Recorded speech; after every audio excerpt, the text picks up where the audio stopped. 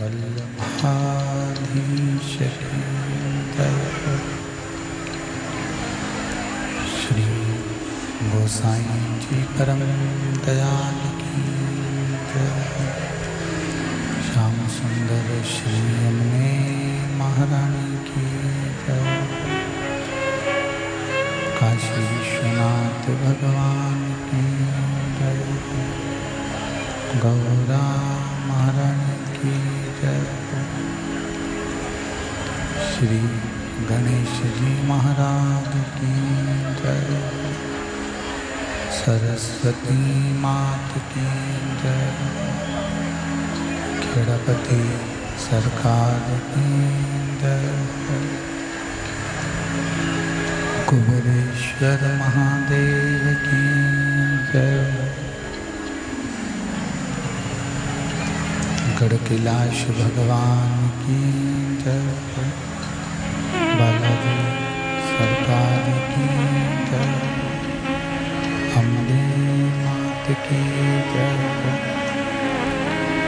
महाकाल राजा की जय। संत सद्गुरुदेव गौ माता की जय। चिंता संतान हंतार यत्पदां शयनं तनीचार्यानं प्रणमामि यदनुकृतो जन्तु वा सर्वदुःखातिगो भवे तमं सर्वदा वन्दे श्रीमद्वल्लभनन्दनम् अज्ञानतिमिरागासं ज्ञानजयशलाकया चक्षुरुन्मीलितेन तस्मै श्रीगुरवे नमः। नमामि हृदये शेषलीलाचरब्देशाय लक्ष्मीसहस्रनाम्नि सर्वमानं कलानिधिं चतुरभीष्वतिभिस्तव षड्जायते योऽसो पञ्चदा हृदये मम। बोलो काशी विश्वनाथ भगवान की जय। ओम नमः शिवाय। ओम नमः शिवाय। ओम नमः शिवाय। ओम नमः शिवाय। ओम नमः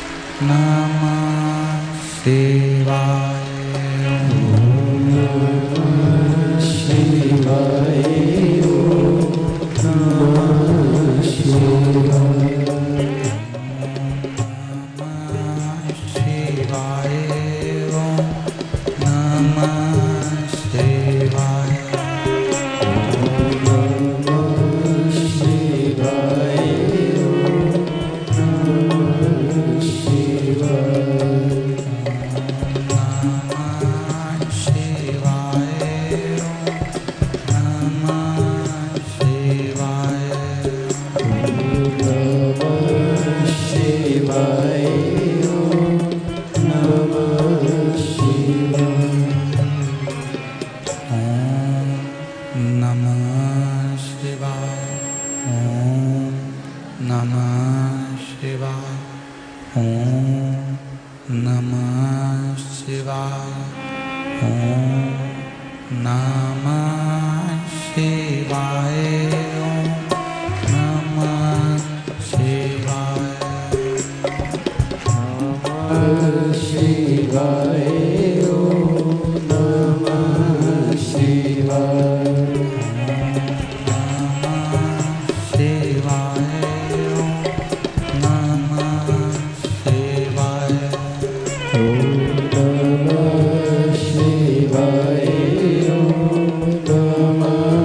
Shiva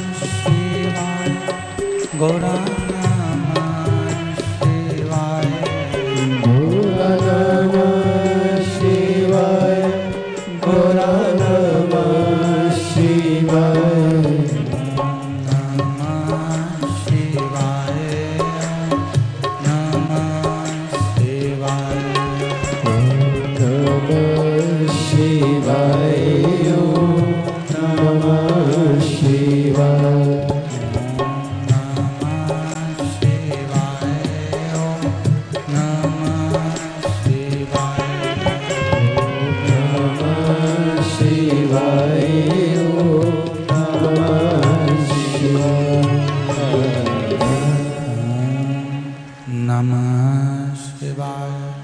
ओम नमः शिवाय। ओम नमः शिवाय। विश्वनाथ भगवान की जय। हर हर महादेव। हर हर महादेव।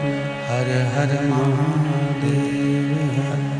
काशी विश्वनाथ, ओगड़दानी, त्रिकालदर्शी, कैलाशी भगवान शिव, जिनकी पुनीत पावन शिव महापुराण की कथा श्रवण करने का सौभाग्य बाबा देवाधिदेव महादेव की कृपा से आज बैसाख की शिवरात्रि के दिन अपन सभी को प्राप्त हुआ है। भगवान शिव, ओगड़दानी, त्रिकालदर्शी, कैलाशी, अविनाशी भगवान शंकर, जिनकी पुनीत पावन शिव महापुराण की कथा को अपन सब श्रवण कर रहे हैं। बहुत बहुत भाग्यशाली है श्रीमती शकुंतला नारायण जी पाटीदार, श्रीमती कल्याणी रविंद्र जी पाटीदार, जो स्वर्गीय श्री अरविंद जी पाटीदार की स्मृति में ये पावन शिव महापुराण की कथा कराकर संपूर्ण विश्व का कल्याण कर रहे हैं।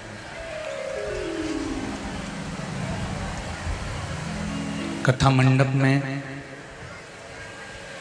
और कथा मंडप के बाहर जितने भी भक्त लोग भगवान शिव की पावन कथा को श्रवण कर रहे हैं, आज बैसाख की शिवरात्रि है। सभी दुखों का हल, एक लोटा जल सबने समर्पित किया। सब लोग चढ़ाए ना लोटा भर के जल, सभी ने। बहुत बहुत धन्यवाद। इससे सियोर वाले महाराज को कोई लाभ मिलने वाला नहीं है तुम्हारे लोटा भर जल चढ़ाने से। लाभ किसको मिलेगा? जिसने चढ़ाया है उसको। शंभो शरणे पड़ी मांगू घड़ी रे घड़ी, दुख काटो दया करी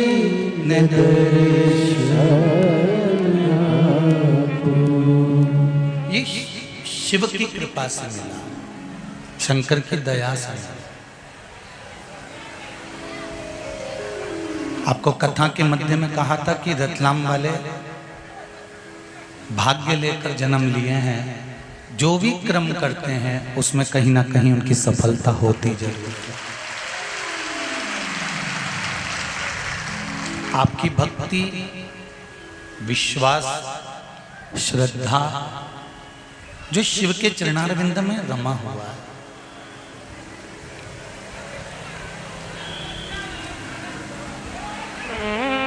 आज पूरे कथा ग्राउंड के अंदर पांव रखने की जगह नहीं है।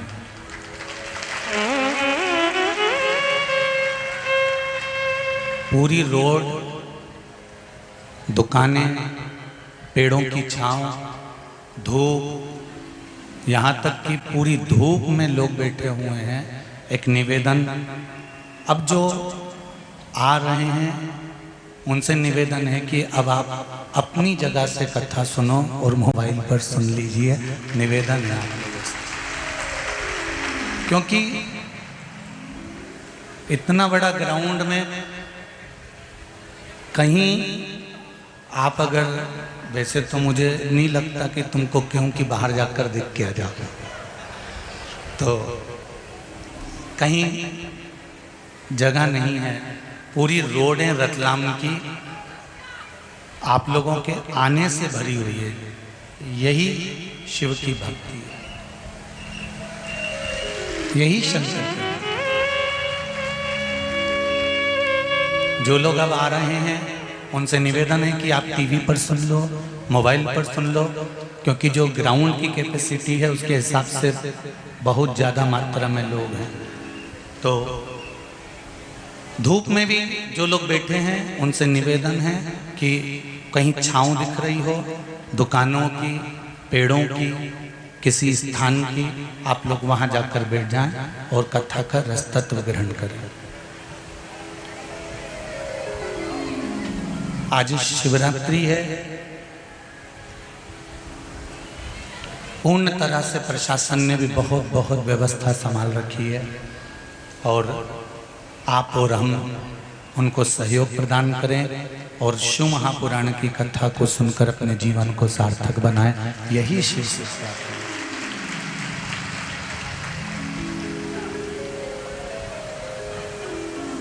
एक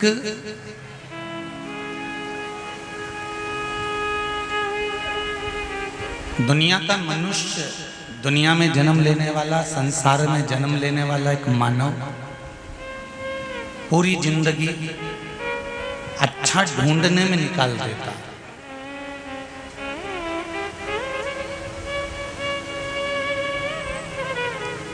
और बहुत छोटा सा मानव का जीवन है। बचपन खेल में खोया, जवानी नींद भर सोया, बुढ़ापा देख कर रोया, सिराने मौत हंसती है। मेरे शिव की कृपा, दया, उदारता जब वो करता है तो दुनिया का ऐसा कोई काम नहीं कि नहीं होता।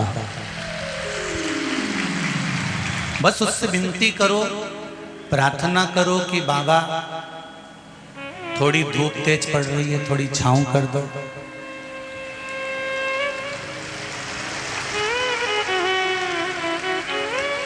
गर्मी लगे तो थोड़ी सी ठंडक कर दो, क्योंकि हैं तो हम आपके ही। मैंने तेरे ही भरोसे ओ बाबा, तेरे ही भरोसे। हो गई छांव?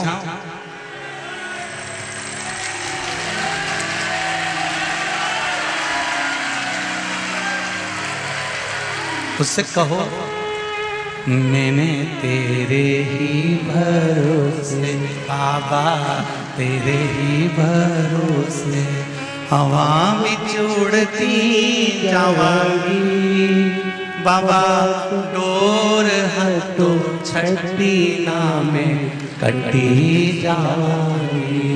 ओ बोले मैं तेरी पतंग, शंभू मैं तेरी पतंग, हवा बिच उड़ती जावांगी बाबा, डोर है तो छठी नामे मैं कटी जावांगी। उससे निवेदन करो, सुनेगा। सुनने में एक क्षण की देरी नहीं करता, बस दिल से कहोगे ना तो वो सामने खड़े होकर तुम्हारे लिए सब कुछ कर सकता है। दिल से कहो, सुनेगा।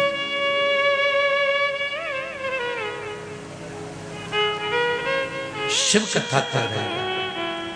बहुत छोटा सा मनुष्य का शरीर है, मानव की देह बहुत छोटी सी है।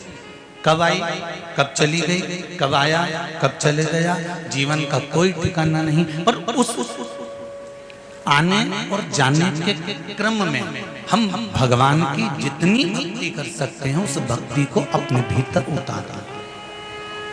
हम जितना भजन कर सकते हैं उसको अपने भीतर उतारा।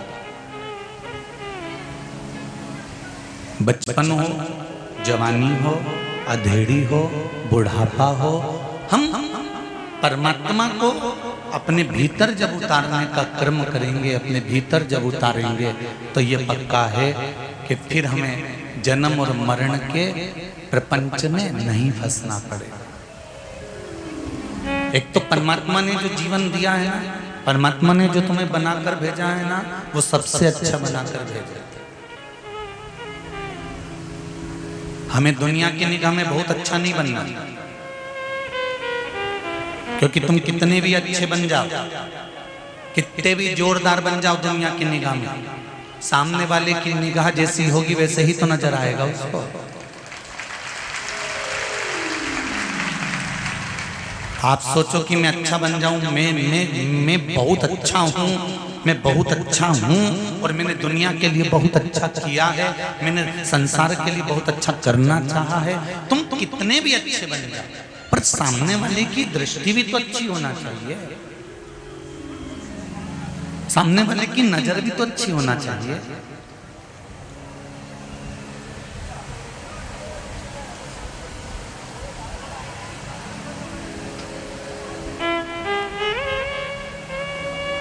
कपड़े की दुकान पर जाकर बैठोगे ना कपड़ा खरीदने के लिए, सबसे पहले वो 4 साड़ी जो दिखाता है ना, उसके बाद में तुमको 50 साड़ी भी दिखा देगा ना, तो तुम वो 50 नहीं खरीदोगी, जो शुरू की 4 दिखाई है उसमें से एक लेकर जाओगी, ये पक्का।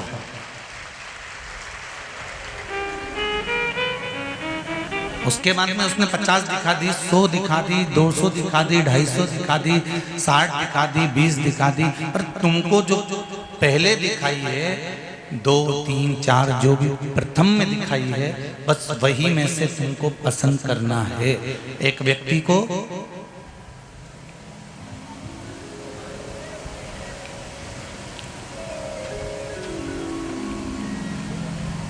गुलाब के खेत में, जहां पर गुलाब होता है, गुलाब का पौधा होता है, उस गुलाब के खेत में भेज दिया गया और कहा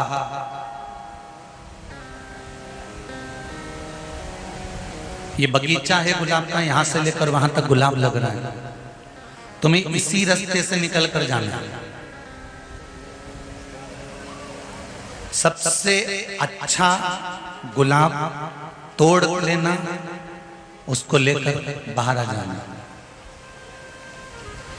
पलट कर वापस नहीं जा सकते, आगे नहीं बढ़ सकते पीछे की ओर, बस आगे बढ़ते जाओ और गुलाब तोड़कर, एक गुलाब तोड़कर लाना और अच्छा लेकर आना। जैसे ही वो गुलाब के बगीचे में अंदर गया, उसको एक बड़ा सुंदर बड़ा सारा गुलाब दिखा, कितना सुंदर है, इसको तोड़ लेता हूं। पर उसके मन में आया कि तोड़ तो लूंगा, पर मेरे को लगता है आगे और अच्छा गुलाब मिलने वाला। वो और आगे गया, उसने देखा क्या जोरदार गुलाब है, ये तो उससे भी बड़ा है। फिर उसने सोचा ये तोड़ लेता हूँ, नहीं इससे अच्छा और आगे होगा, और आगे गया। उसने फिर वो गुलाब देखा, उसको तोड़ना चाहा, फिर इसके मन में आया इससे अच्छा और आगे होगा, फिर और आगे गया। बढ़ते बढ़ते बढ़ते बढ़ते दरवाजे के करीब में पहुंच गया और आखिरी में फिर कोई बड़ा गुलाब नहीं मिला, एक छोटा सा गुलाब तोड़ कर लेकर बाहर निकल गया। क्यों? क्योंकि उसकी ये अभिलाषा थी कि और अच्छा होगा, और अच्छा होगा, और अच्छा होगा, और अच्छा होगा, और अच्छा होगा। अच्छा ढूंढने के चक्कर में बाद में उसको अच्छा मिला ही नहीं, एक छोटी सी अच्छाई लेकर बैठ गया। इसलिए शुरुआत में जो तुमको अच्छा मिलता जाए, बस उसी को संजोकर आगे बढ़ते चले जाओ। राम नाम, कृष्ण नाम, शिव नाम, भगवान का नाम लेकर संजोकर अग्रणी बढ़ोगे तो जीवन का सुख अपने आप पा जाओगे।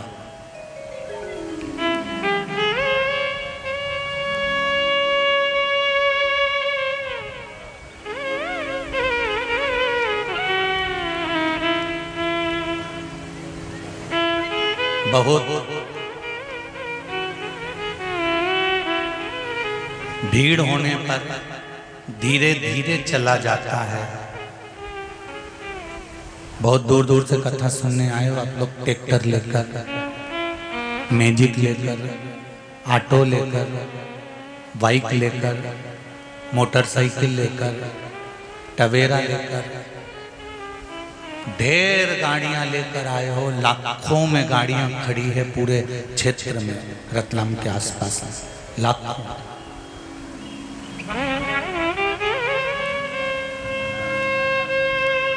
आए वहां तक ठीक है, शिव कथा तक पहुंच गए वहां तक भी ठीक है, पर जब यहां से जाओ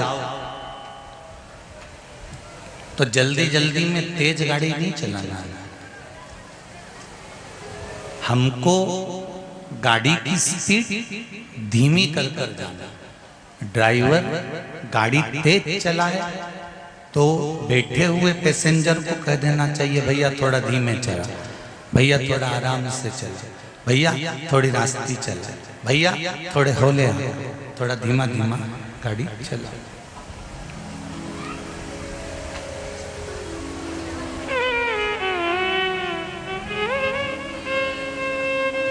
पहले स्पीड दे ले, बचपन जवानी अधेड़ी ये सब स्पीड में निकल गए, बहुत तेज निकल गए। बचपन तो यूं जाता है जी और चले जाता है, तब याद आती है कि बचपन चले गया। जवानी चुटकी में निकल जाती है,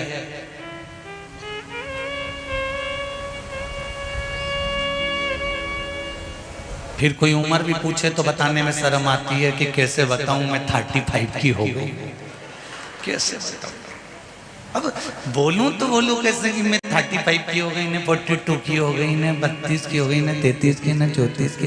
कितना सोचना पड़ता, कितना। बचपन जल्दी निकल जाता है, जवानी जल्दी निकल जाती है, अधेड़ी भी कमाते कमाते निकल जाती है। एक बुढ़ापा ऐसा होता है जिसमें स्पीड थोड़ी स्लो होती है।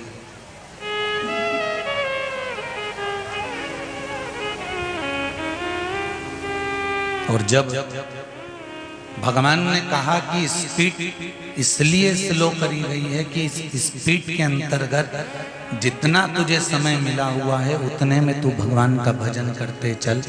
भजन करते चलेगा, हारन बजाते हुए चलेगा, धीरे धीरे चलेगा तो वहां तक भगवान के धाम तक तू पहुंच जाएगा। स्मरण करते करते चल। राम राम रटते रहो जब तक घट में प्राण, कबहू तो दीन दयाल के भनक पड़े। कभी तो सुनेगा एक स्पीड। पर निवेदन है बुढ़ापे का इंतजार मत करना। कोरोना महामारी में देख लिया, जो बूढ़े थे वो तो बच गए, जवान जवान निपट गए। बुढ़ापे का इंतजार मत करना कि बुढ़ापा आएगा तब मैं राम गाऊंगा, बुढ़ापा आएगा तब मैं कृष्ण गाऊंगा, बुढ़ापा आएगा तब मैं भगवत भजन करूंगा, बुढ़ापा आएगा तब मैं संकीर्तन करूंगा। हमें बुढ़ापे का इंतजार नहीं करना है। हमें जो अवस्था चल रही है, हम ये भी नहीं कहते कि तुम दुकान छोड़ दो, हम ये भी नहीं कहते कि तुम गंगा जी के घाट जाकर बैठ जाओ, तुम नर्मदा जी के घाट जाकर बैठ जाओ, तुम यमुना जी के या सरयू जी के घाट जाकर बैठ जाओ। बिल्कुल मत बैठो, तुम तो दुकान पर बैठो। सवेरे 9 बजे से लेकर रात को 9 बजे तक बैठो, कोई मना नहीं करेगा तुमको।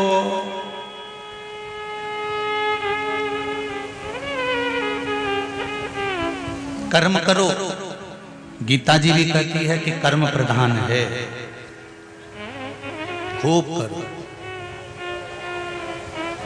पर कर्म के साथ में थोड़ा भजन करते हुए चलना। क्यों?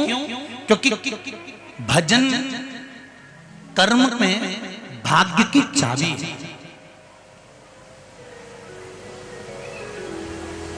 ये जितने जितने मैं ग्रामीण माताओं को तो नहीं कह सकता, पर जितने दुकान वाले होते हैं, व्यापारी होते हैं, सेठ जी होते हैं, जिनके पास में धन ज्यादा होता है, व्यापार ज्यादा होता है। बाहर आवाज नहीं जा रही, राइट में उधर बाहर बाहर वाले टेंट। तो जितने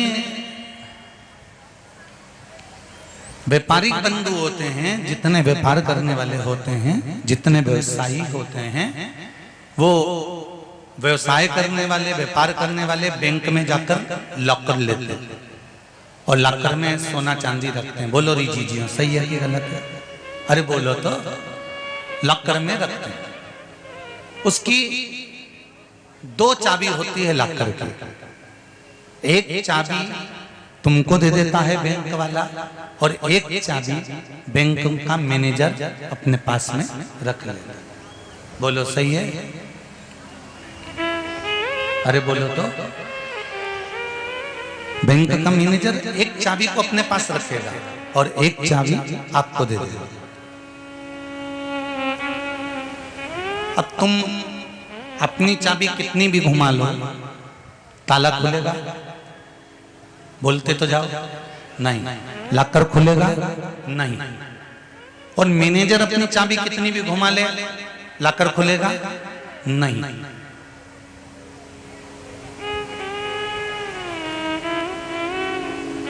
तुम अपनी चाबी लगाओ, फिर वो अपनी चाबी लगाएगा, मैनेजर अपनी चाबी लगाएगा, तब जाकर वो ताला खुल जाएगा, लॉकर खुल जाएगा। उसी तरह जैसे बैंक के लॉकर की 2 चाबी होती है, उसी तरह हमारी भी 2 चाबी होती है, एक कर्म की, एक भाग्य की। कर्म की चाबी तुम्हारे पास है, भाग्य की चाबी भोलेनाथ के पास है।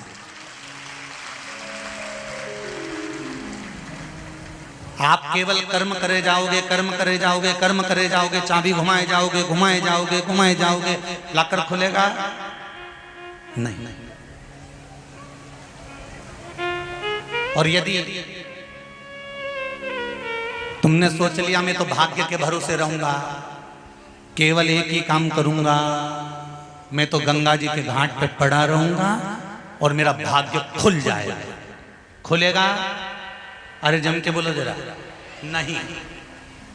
तुम कर्म की चाबी घुमाते जाओ, तुम काम करते चले जाओ, कर्म करते चले जाओ, भले छोटा व्यापार करो, जरा सा करो, चाहे कुरकुरा बेचो, चाहे चाउमीन बेचो, चाहे पानी पतासा बेचो, चाहे छम्मक लड्डू बेचो, चाहे गुड़िया का बाल बेचो, चाहे तुम्हारी मर्जी पड़े चाय बेचो, तुम्हारी मर्जी पड़े लस्सी बेचो, चाहे तुम ठेला चलाओ, चाहे तुम साइकिल चलाओ, चाहे तुम रिक्शा चलाओ, बस कर्म की चाबी तुम घुमाते रहो, काम करते रहो। इसमें लाभ नहीं हुआ ये करूंगा, इसमें लाभ नहीं हुआ ये करूंगा। कर्म की चाबी तुम घुमाते जाओ और कर्म की चाबी के साथ में एक काम करना, लोटा भर के जल शंकर को चढ़ाते रहना, भाग्य की चाबी वो घुमाकर चले जाए। उसको मत छोड़ना। एक चाबी से काम नहीं चलेगा, कर्म ही कर्म करे जाओगे और भाग्य की चाबी नहीं खुली तो कोई मतलब का नहीं, और भाग्य की चाबी खुल भी गई और कर्म की चाबी नहीं खुली तो कोई मतलब नहीं। दोनों चाबियां चाहिए लॉकर को खोल।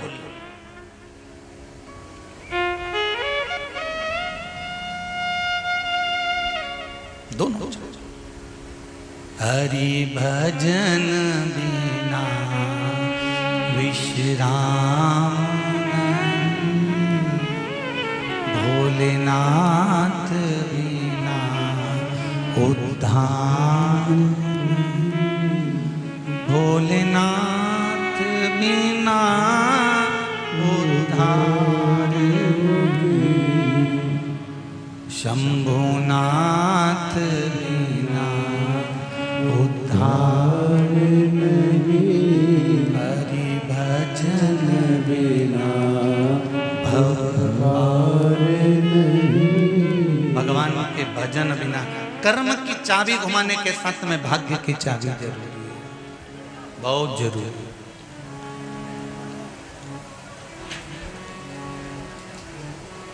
बहुत। भगवान शंकर की स्तुति के बिना, शिव स्मरण के बिना जीवन का कोई सुख मिल ही नहीं सकता। शंभु शरणे पड़ी, मांगू घड़ी रे घड़ी, दुख काटो दया बड़ी निदर्शन आप। आज बैसाख महीने की शिवरात्रि है। श्री शिवाय नमस्तुभ्यम का 5 बार जाप अपने हृदय की बात कहते हुए भगवान शंकर से कि हे भोलेनाथ, हे त्रिकालदर्शी, हे कैलाशी, अविनाशी, आप हमारी मनोकामना जो हमारे हृदय चित्त में है। हमने सुना है शिव महापुराण के पंडाल में बैठकर कथा को सुनते हुए जब इस मंत्र का जाप किया जाता है तो मन की अभिलाषा 3 महीने में आप पूरी कर देते हैं। बाबा हमारी भी करिएगा, भाव से निवेदन करिए। श्री शिवाय नमस्तुभ्यं,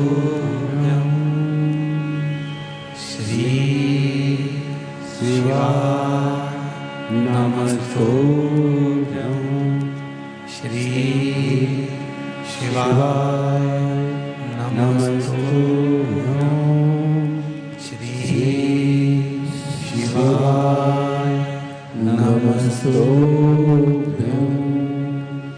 श्री शिवाय नमस्तुभ्यं। भगवान शिव से अपने हृदय की बात करें। और जब उसको दिल से कहोगे तो वह दिल से सुनता है।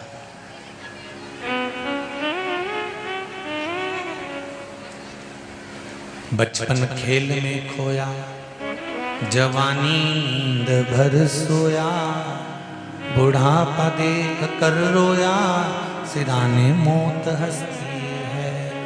हमारा बचपन, हमारी जवानी, हमारी अधेड़ी, हमारा बुढ़ापा जो निकल रहा है, चुटकियों में जा रहा है, ये जो आ रहा है, अवस्था बढ़ती चली जा रही है, कहीं वो परमात्मा से हमको दूर ना कर दे।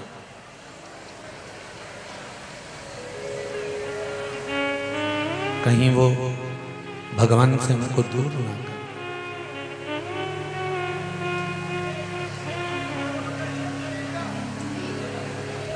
जल चढ़ाने के बाद में आज बैसाख की शिवरात्रि है, जल समर्पित किया है। जल चढ़ाने के बाद में आचमन किया थोड़ा बहुत? अरे बोलो तो जम के किया है ना? ओके।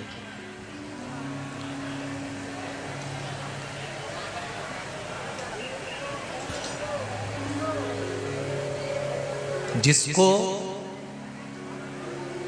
डॉक्टर कह देता है कि इसको नाड़ियां चोक हो गई हैं, नसें ब्लॉक हो गई हैं, इसका बाईपास करना पड़ेगा, रिंग डालना पड़ेगा या पाइप डालना पड़ेगा, उस व्यक्ति को ऑपरेशन कराने से पहले किसी भी शिवरात्रि पर, किसी भी शिवरात्रि पर महाराज काली तिल और लाल चंदन इन दोनों को पीस कर घिस कर उसका उपटन बनाना, शंकर भगवान पर उसका लेपन करना चाहिए किसी भी शिवरात्रि। और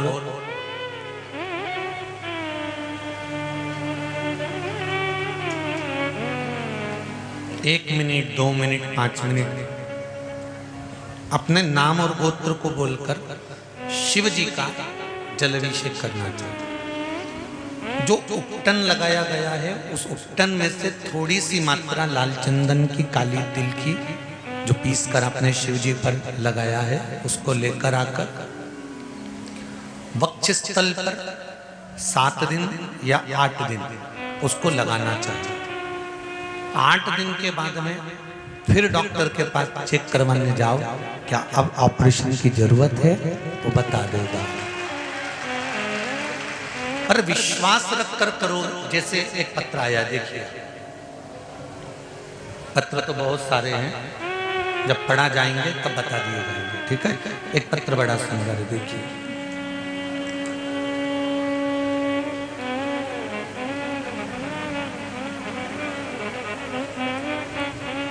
मनीषा सेन, पिता कैलाश चंद्र जी सेन, थावरिया बाजार रतलाम से हैं। कहीं हैं, बैठे हैं? अगर बैठे हो तो हाथ हिला दीजिए। आप ही हैं? दोनों हाथ हिला दो एक बार। हर हर महादेव। मेरा ससुराल जावद है। गुरुजी मुझे 2019 से मैं बीमार हो गई, जांच करवाई तो पता चला कि मुझे गर्भाशय में गांठ थी। फिर उसकी जांच करवाई गई, जो गांठ निकली उसकी जांच करवाई गई। गुरुजी वह गांठ कैंसर की थी। उसके बाद में गुजरात के हॉस्पिटल में मेरा इलाज शुरू हुआ और ऑपरेशन करवाया गया, फिर भी कोई फर्क नहीं पड़ा। उससे मेरी किडनी में भी असर हुआ, दोनों किडनियों में नलियां लगाई गई, तभी शरीर सूखता गया। उसके बाद आयुर्वेदिक दवाइयां लेना प्रारंभ किया गया, उसके बाद भी फर्क नहीं पड़ा। तब मैंने मोबाइल पर आपकी वीडियो क्लिप आया, उसमें आपने कहा कि अगर आपको कोई औषधि ले रहे हो और वो औषधि नहीं लग रही तो उसको शंकर जी को समर्पित कर दो और शिव जी से कहो श्री शिवाय नमस्तुभ्यम मंत्र बोलने के बाद बाबा से विनती कर कर कहो कि बाबा जब आप जहर का प्याला पी सकते हो तो क्या मेरा रोग नहीं पी सकते। और बाबा से विनय करा, निवेदन करा। मैं बिस्तर पर पड़ी रहती थी, उठ नहीं पाती थी, मुझसे चला नहीं जाता था, पर बाबा की ऐसी कृपा है कि जब से मैंने ये उपाय करा है, आज कथा में 6 दिन से कथा लगातार श्रवण कर रही है। ये कैंसर के मरीजों का हाल है कि शिव बैठा है। बैठो बहन, बाबा की कथा में आए हो और बाबा ने इतना अच्छा कर दिया है ना आपको, तो उस पर विश्वास करना और जल्दी पूर्ण तरह से ठीक कर देगा। उस पर भरोसा पूरा रखिए। अकाल मृत्यु वो मरे जो काम करे चंडाल का, काल उसका क्या बिगाड़े जो भक्त हो महाकाल का। जो शंकर की आराधना करता है, शिव तत्व में डूबा रहता है, शिव आराधना में डूबा रहता है, जिसका विश्वास पक्का है, तो समझ लो शिव तुम्हारे साथ हर पल खड़ा हुआ है, हर जगह खड़ा हुआ है। विश्वास पक्का होना चाहिए।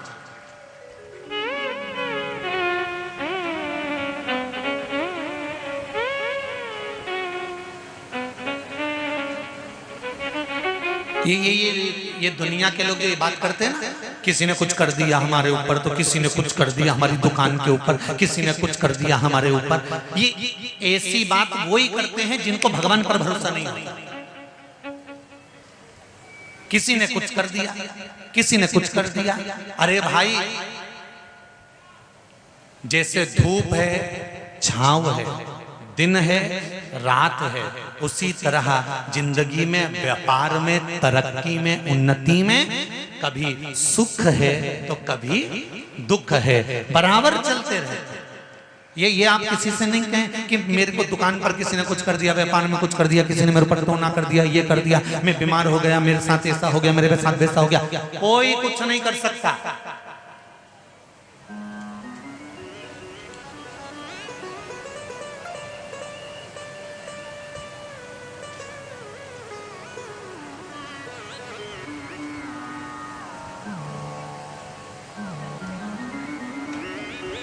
आप उस पर विश्वास पूरा रखिए।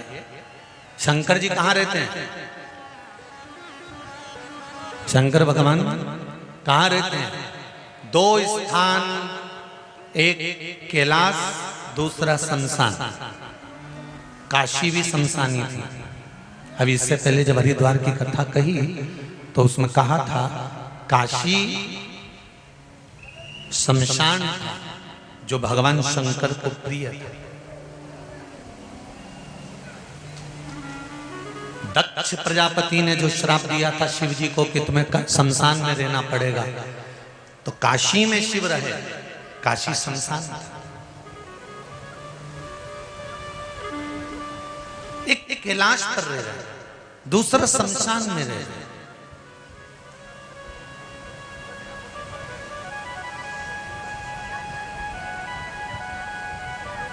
अब शमशान में रहने वाला व्यक्ति भगवान शिव, शमशान में रहने वाले भगवान भोलेनाथ, शमशान में रहने वाले मेरे शंकर, शमशान में रहने वाले मेरे शिव, जो स्वयं अघोरियों के भी अघोरी हैं, तांत्रिकों के भी तांत्रिक हैं, ज्योतिषी की भी ज्योतिष हैं। ये ज्योतिष विद्या तो बाद में चालू हुई साहब, सबसे पहला तो ज्योतिष आचार्य मेरा भगवान शंकर था।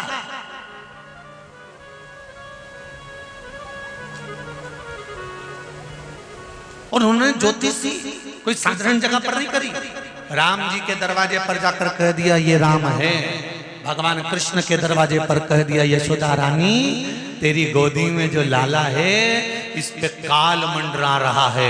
यशोदा जी ने पूछा तुम्हें कैसे मालूम पड़ा? शंकर जी बोले मैं सब जानता हूं क्योंकि मैं ज्योतिषी। इससे बड़ा ज्योतिषी कहां मिलेगा? घड़ी उसने बनाई, पल उसने बनाया, नक्षत्र उसने बनाया, समय उसने बनाया, महीना उसने बनाया, वार उसने बनाया, तिथि उसने बनाई, सब कुछ निर्माण उसने करा।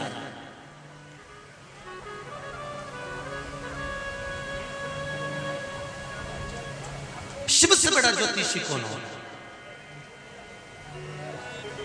शंकर से बड़ा तांत्रिक कौन होगा? शंकर भगवान से बड़ा अघोरी कौन होगा? शिव से बड़ा देव कौन होगा? कौन हो सकता? सारे तीर्थ धाम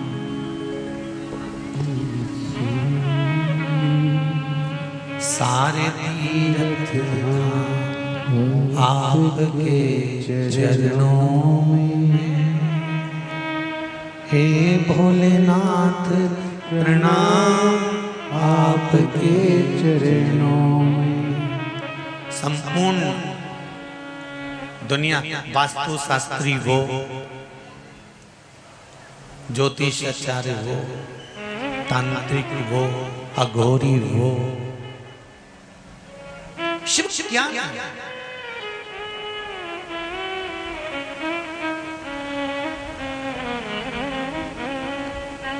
अच्छे से समझ लो भाई। भगवान कृष्ण के यहां पर जब संतान नहीं हुई,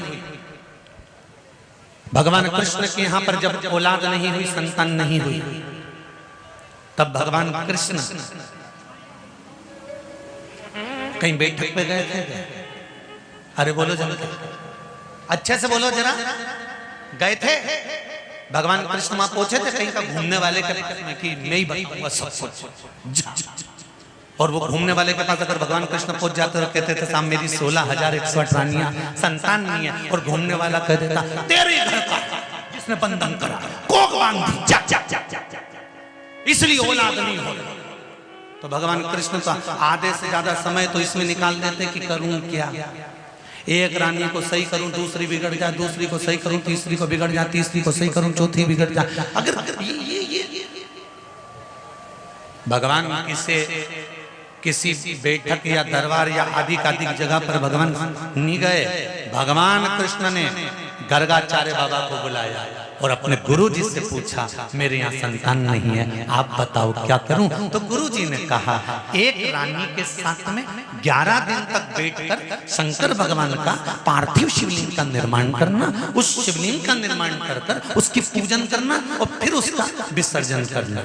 ठीक है, एक रानी के साथ में 11 दिन तक बैठना, शिव जी का अभिषेक करना, पूजन करना, विसर्जन करना। शंकर भगवान का जब रोज अभिषेक करेगा, रोज पूजन करेगा, तो शंकर भगवान भी मन में सोचेगा इसके पास कोई काम नहीं है, मुझे पकड़ के बैठा। तो कुछ अब तुम किसी के दरवाजे पर रोज रोज चले जाओ, रोज रोज चले जाओ, रोज रोज चले जाओ, रोज रोज चले जाओ, तो वो व्यक्ति भी सोचेगा फिर आ गई कमला भगवान, फिर दिख गई।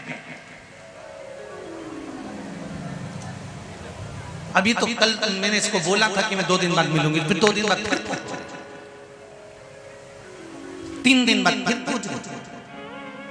आखिरी में उसको तुमसे मिलना पड़ेगा और तुम्हारा समाधान करना पड़ेगा। ये निश्चित है, पक्का। भगवान कृष्ण एक एक रानी के साथ में 11-11 दिन तक बैठकर अभिषेक पूजन करते रहे। शिव जी प्रसन्न हो गए। शंकर भगवान प्रसन्न होकर बोले, कन्हैया किस लिए मेरी पूजन कर रहे हो? भगवान कृष्ण ने कहा, संतान के लिए। चिंता मत करो, एक एक रानी के गर्भ से तुमने 11 दिन तक मेरी पूजन करी है, इसलिए एक एक रानी के गर्भ से 11-11 संतान होगी। 10 छोरा 1 छोरी, 1,77,186 भगवान कृष्ण के घर में बच्चे हो गए शिव की कृपा से। इतने तो रतलाम में नहीं होंगे। रतलाम की बात चल रही है। आज तो तुम लोग ना जाने कितने लाखों में हो, वर्णन नहीं कर सकता। 1,77,186 भगवान कृष्ण के संतान हो गई, बच्चे हो गए। जब बच्चे इतने हो गए तब भगवान कृष्ण शिव जी को धन्यवाद देते हैं कि भोलेनाथ, दुनिया के लोगों को ये प्रेरणा है, जब कोई साथ ना दे तब महादेव के चरण पकड़ लेना, वो सब कुछ दे दे, सब दे दे।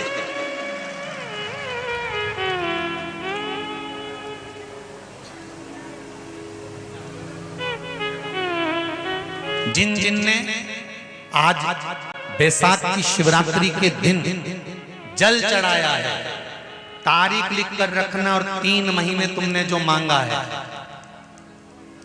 यही बोल के जा रहा हूं, 3 महीने के अंदर जहां कथा चल रही होगी ना, एक पत्र तुम्हारा वहां पहुंच जाएगा कि मेरा ये काम हो गया।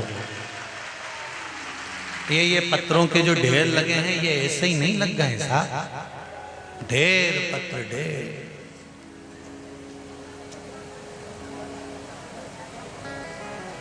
और यहां शिव महापुराण में ना तो कोई विद्या होती है, ना सियोर वाले महाराज को कोई तंत्र विद्या आती है, ना कोई मंत्र विद्या आती है, ना हमको ऐसा घूमना फिरना आता है, और ना हमको ऐसा कहीं का छू करना आता है कि ऐसे छू कर दो नीचे से हंडा निकल के आ जाए, और ऐसा हंडा निकालने वाला कहीं का मिल जाए तो मेरे घर भी भेज दीजिए। कुबेरेश्वर बाबा का मंदिर बनना है तो मैं एक ही हंडे में काम कर लूंगा, दूसरी बार कथा करने की जरूरत ही नहीं पड़ेगी, आराम से बैठ के खाऊंगा।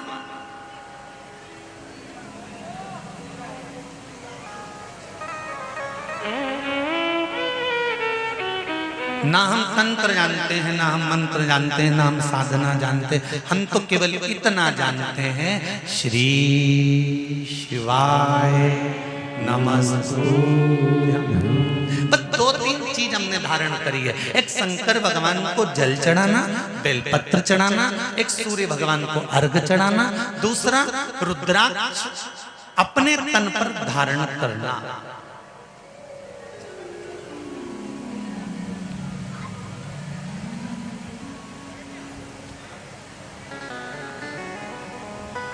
जब मन में अशांति हो, रुद्राक्ष को पानी में गला लिया, जल पी लेना। रात को सिर दुख रहा हो, रुद्राक्ष को पानी में गला लिया, सोने से पहले पी लिया। बस इतना सीखा। और जिस दिन कोई मानसिक चिंता, टेंशन सामने आए, उस दिन अकेले बैठकर रुद्राक्ष की माला हाथ में रखकर, जपा ना जपा हथेली में भी रखकर उस शंकर को याद कर लिया कि तेरे भरोसे पर जिंदगी चल रही है, तू नहीं संभालेगा, कौन संभालेगा? ये माता पिता, नाते रिश्ते, कुटुंब, कबीले, पति पत्नी, बच्चे, ये सब तो यहाँ के रिश्ते हैं, पर सबसे पहला रिश्ता माँ के गर्भ में जब मैं था तो पेट मेरी माँ ने नहीं भरा, पेट अंदर आकर तूने भरा था, तो अभी भी तू ही संभालेगा, इतना दिल से कह देना, संभाल। माता के गर्भ में जब हम उल्टे लटके हुए थे, हमारी दोनों मुष्टिकाएं बंद थी, उल्टे लटके थे, तब कौन भोजन दे रहा था, कौन पानी पिला रहा था, कौन संभाल रहा था?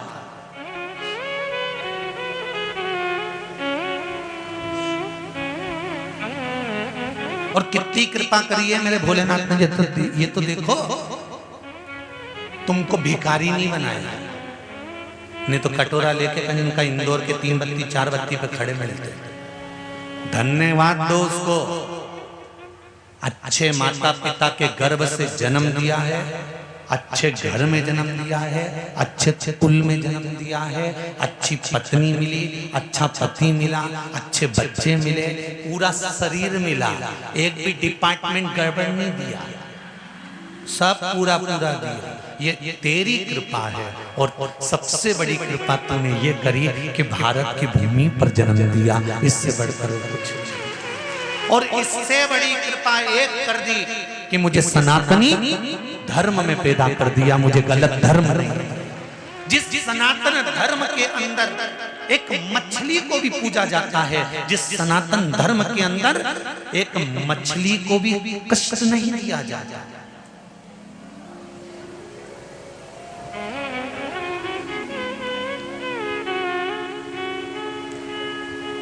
चींटी को पकड़ो वो भी भागती है, बोलो सही है। चींटा को पकड़ो तो भागे, चूहा को पकड़ो तो भागे, सांप को पकड़ो तो भागे, गाय को पकड़ो तो भागे, हिरण को पकड़ो तो भागे। जरा विचार करिए, मछली को पकड़ने की कोशिश करो, वो भी कांटे में फंस के तड़प कर निकलने का प्रयास करती है कि मेरे भी बच्चे हैं, मेरा भी परिवार है, मेरे भी अपने हैं, तुम मुझे क्यों पकड़ रहे हो, क्यों मार रहे हो? जरा सा जीवन के स्वाद के लिए, जरा सी जीवन के स्वाद के लिए तुम मुझे मार रहे हो।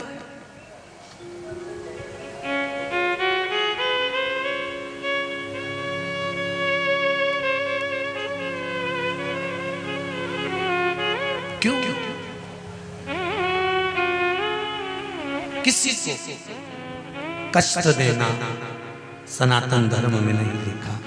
सनातन धर्म में तो एक बात लिखी है कि सर्वे भवन्तु सुखी, कोई दुखी ना।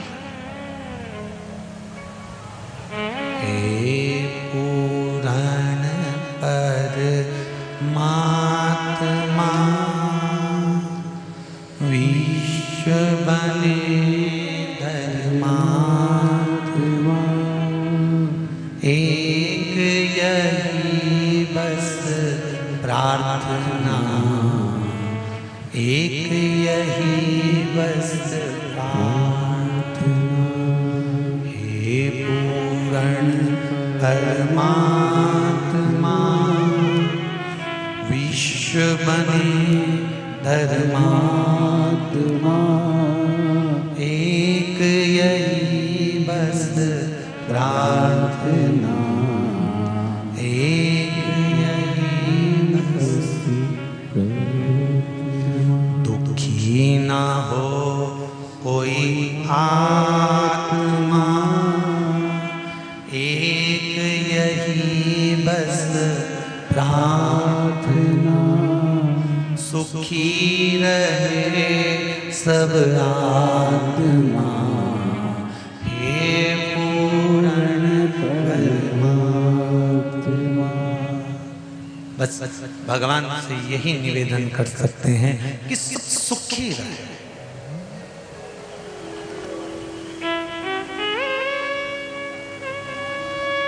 जब दुनिया के लोग कहते हैं ना गुरुजी कलयुग आ गया, घोर कलयुग आ गया, बड़ा दुख होता है।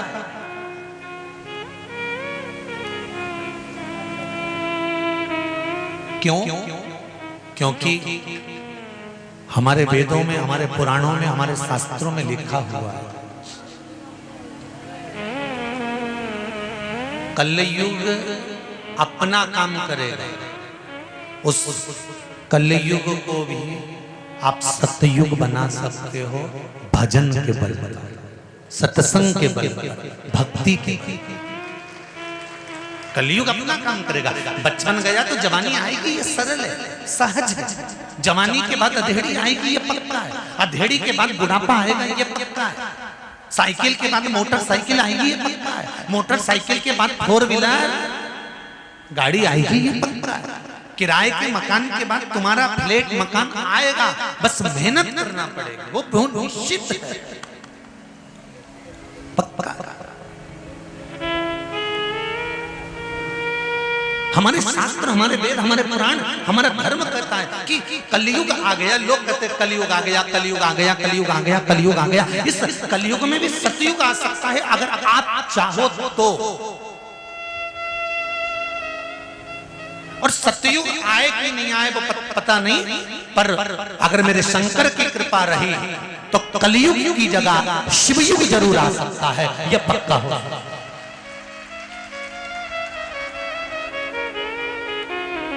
एक नए युग का निर्माण है शंकर की शिव महापुराण की कथा। आने वाले समय में आपको नहीं कहना पड़ेगा कि कलयुग चल रहा है, क्या कहोगे? शिव युग चल रहा है। मंदिर मंदिर में भीड़ लगी पड़ी हुई है, लोग जल लेकर जा रहे हैं, दिया जला रहे हैं, पशुपति व्रत कर रहे हैं, शंकर के मंदिर को देखकर प्रसन्न हो रहे हैं, उसकी चौखट को देखकर आनंद उत्पन्न कर रहे हैं। कोई जाता है मंदिर में झाड़ू लगा जाता है, कोई जाता है शिव मंदिर में पोछा लगा जाता है, कोई जाता है शंकर जी के सामने से निकल कर जाता है तो थोड़ा इस्माइल देकर चले जाता है, कोई जाते जाते मस्तक झुका देता है, कोई जाते जाते हर हर महादेव कह देता है। सबके मुख पर श्री शिवाय नमस्तुभ्यम है, कोई नमः शिवाय कह रहा है, कोई पंचाक्षर मंत्र कर रहा है, कोई रुद्राक्ष गले में धारण कर रहा है।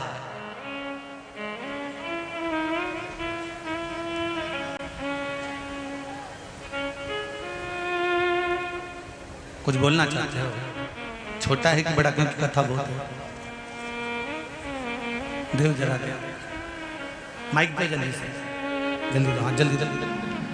तो कलयुग सतयुग की और बड़े। हम मानते हैं कि सतयुग नहीं आ सकता, हम मानते हैं कि हम वापिस त्रेता को नहीं ला सकते, द्वापर को नहीं ला सकते, पर एक नए युग का निर्माण तो कर सकते हैं। और वो कलयुग की जगह हम शिव युग ला सकते हैं शंकर की आराधना के बल।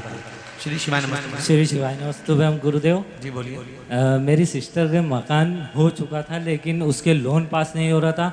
जब आपने बताया टीवी पे कि पशुपतिनाथ व्रत करना है, तो उसने जैसे ही पशुपतिनाथ व्रत दूसरा ही करा और तीसरे में आर्डर आ गया कि आपका लोन पास हो चुका, मकान सब कुछ फ्री हो चुका है। जय हो बाबा की। श्री शिवाय नमस्ते।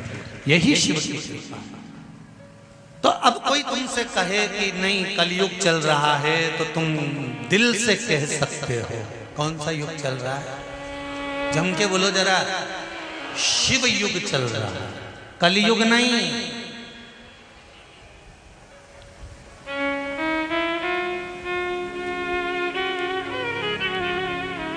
हर हर महादेव, घर घर महादेव। यहाँ ये दो तीन चीजें याद कर लेना, हर हर महादेव, घर घर महादेव।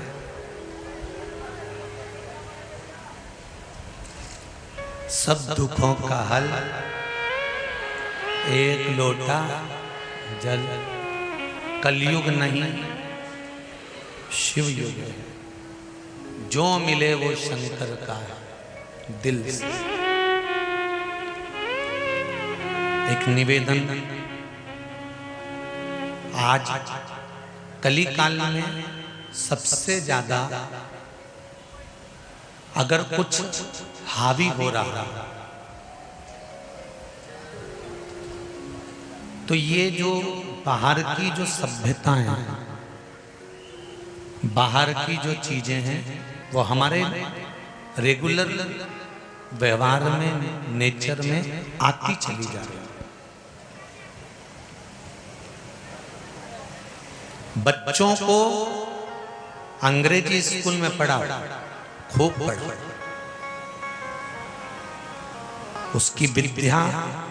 मेरी बेटियों को भी अंग्रेजी स्कूल में पढ़ाओ, खूब पढ़ाओ। बेटे और बेटी में कोई भेद नहीं होना चाहिए। अच्छे स्कूल में पढ़ाओ, खूब नामी स्कूल में पढ़ाओ। पर उन बेटे और उन बेटियों को एक बात जरूर कह दो, तुम अच्छे से अच्छे स्कूल में पढ़ो, मना नहीं है, पर शिव मंदिर में रोज जाना है। बचपन से ही उनकी आदत लगा दीजिए, उसका एक लाभ मिलेगा। बुढ़ापा जब आपका आएगा तो आपके बच्चे आपसे मुंह नहीं चलाएंगे। अगर वो शंकर की सेवा करते हैं तो आपकी भी कर जाएंगे। ये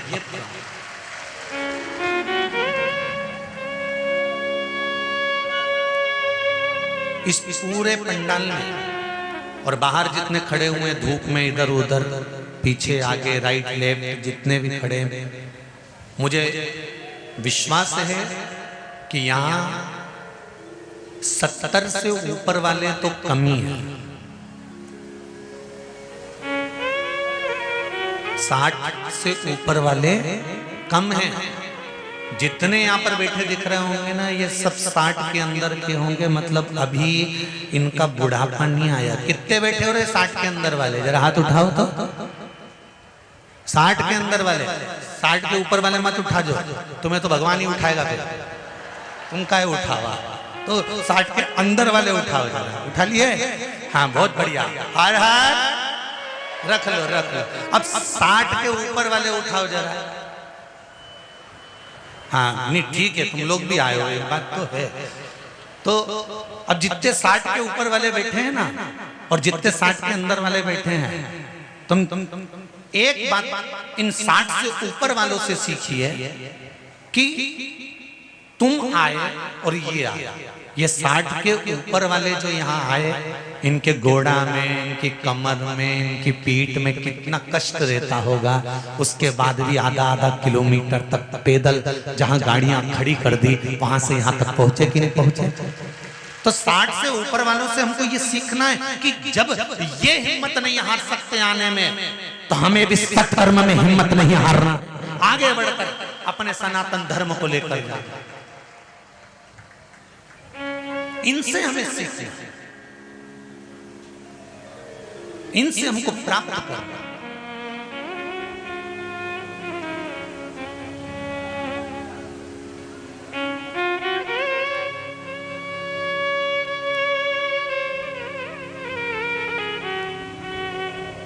महाराज शिव कथा कर रहे, भगवान शंकर का स्मरण कर रहे, शिव भक्ति कर रहे हैं कि आपके द्वारा किया गया एक लोटा जल समर्पित, एक चावल का दाना समर्पित, या किसी भाव से आप जो भगवान शिव की आराधना करते हो, उसका फल आपको मिलेगा और मिलता जरूर है। बड़ी प्रसन्नता की बात है, यहाँ के प्रशासन को, रतलाम के जितने प्रशासनिक हैं, प्रशासन वाले हैं, इनको धन्यवाद देना चाहूंगा। नेतागणों को भी धन्यवाद देना चाहूंगा कि इस व्यासपीठ ने कहा था कि वो तालाब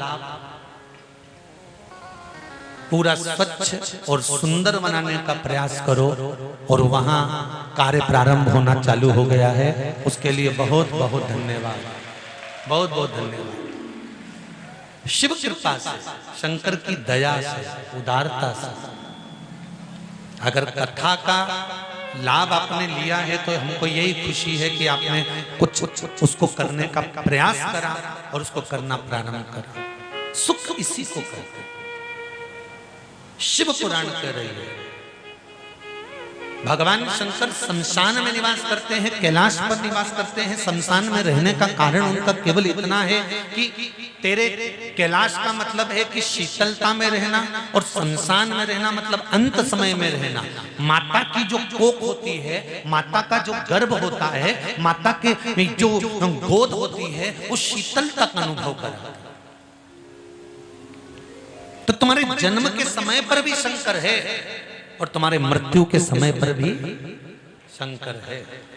चालू जहां से हुए वहां से लेके अंत तक कोई दूसरा नहीं, केवल शिव ही, शंकर, केवल शिव।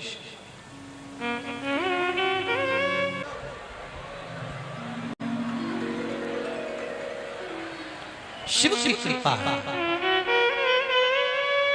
शंकर की दया, शंकर की उदारता। और जब जब शिव कृपा नहीं होती तब तक कुछ सुख मिलता ही नहीं।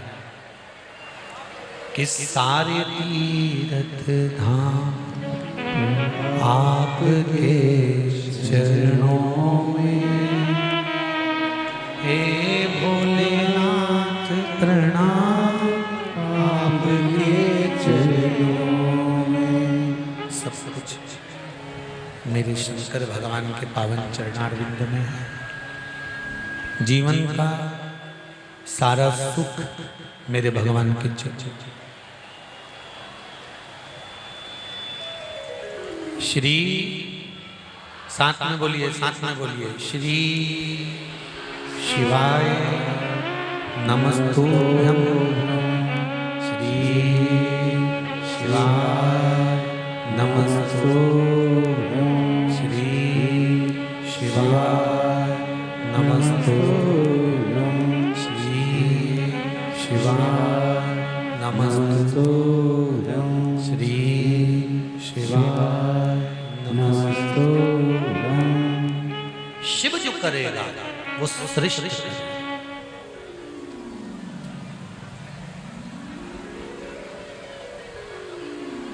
शंकर के बिना,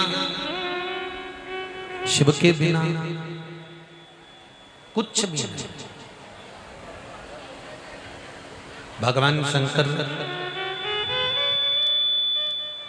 भगवान शिव बैठे हुए थे, माता पार्वती जी पीछे से आई और मां जगज्जननी पार्वती जी ने आकर भगवान शंकर के नेत्रों को बंद किया।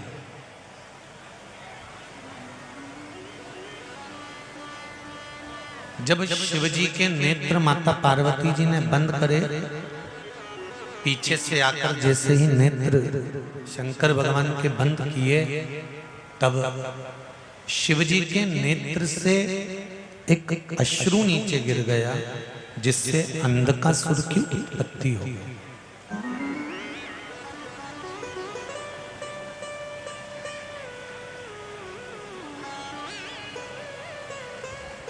अंधकासुर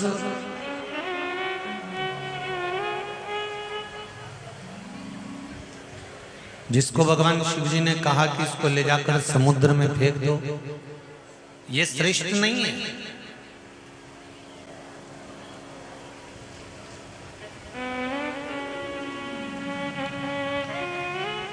शंकर भगवान के नेत्र से जो अश्रु निकला उसको समुद्र में फेंका गया, वो अंधकासुर हुआ। कुछ कुछ अपने शरीर में से भी क्रोध, अभिमान, अहम,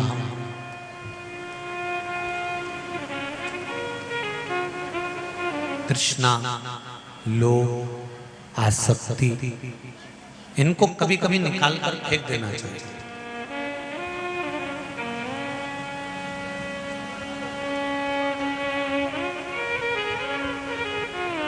एक व्यक्ति ने एक पत्र लिखा है, वो पत्र कक्ष में है। उस पत्र में उस व्यक्ति ने लिखा है कि मैंने पहले चश्मे की और बेल्ट की दुकान खोली थी, पर वो नहीं चली, उसको बंद कर दिया। मैंने दूसरी दुकान खोली, मेरी पत्नी के कहने से। ये बदनावर का पत्र है, बदनावर, शायद यहीं कहीं बदनावर होगा। तो फिर मैंने उसी दुकान में किराने का काम चालू करा। 1 साल बैठा पर नीचे।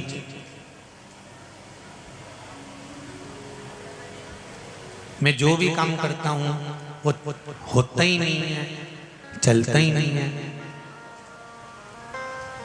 अब आप मुझे बताओ कि मैं कौन सा काम करूं कि वो चल जाए।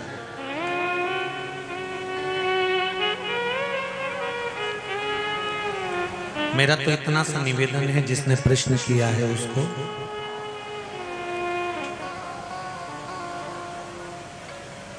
एक ही कुएं को जरा नीचे तक गहरा खोदने का प्रयास करिए। 50 फीट कुआं उधर खोद दिया, 60 फीट उधर खोद दिया, एक बोर इधर लगवाया 100 फीट का, एक बोर उधर लगवाया 70 फीट का, एक बोरिंग उधर करवाया 150 फीट का। उसकी जगह तुम्हारा दिल करे वहां एक बोरिंग करवाओ और 350-400 फीट करवा दो, पानी निकलेगा पक्का है। नहीं आए तो और करा, 400 पे नहीं आए तो 450 करा, पर एक ही जगह पर करा। यहां करा लिया, वहां करा लिया, वहां करा लिया, वहां करा लिया, किसी में पानी नहीं आया। एक ही जगह अगर बोरिंग करवाता रहता 10 जगह की जगह एक ही जगह पर तू 100 फीट वहां करवाता फिर रहा, एक ही जगह करवा लेता तो पानी निकल जाता। उसी तरह 10 दुकान बदलने की जरूरत नहीं है, एक ही दुकान पर दिल से तू कर्म की चाबी घुमाते रहे, वो भाग्य की चाबी घुमाएगा। उस पर विश्वास रख, हारना नहीं।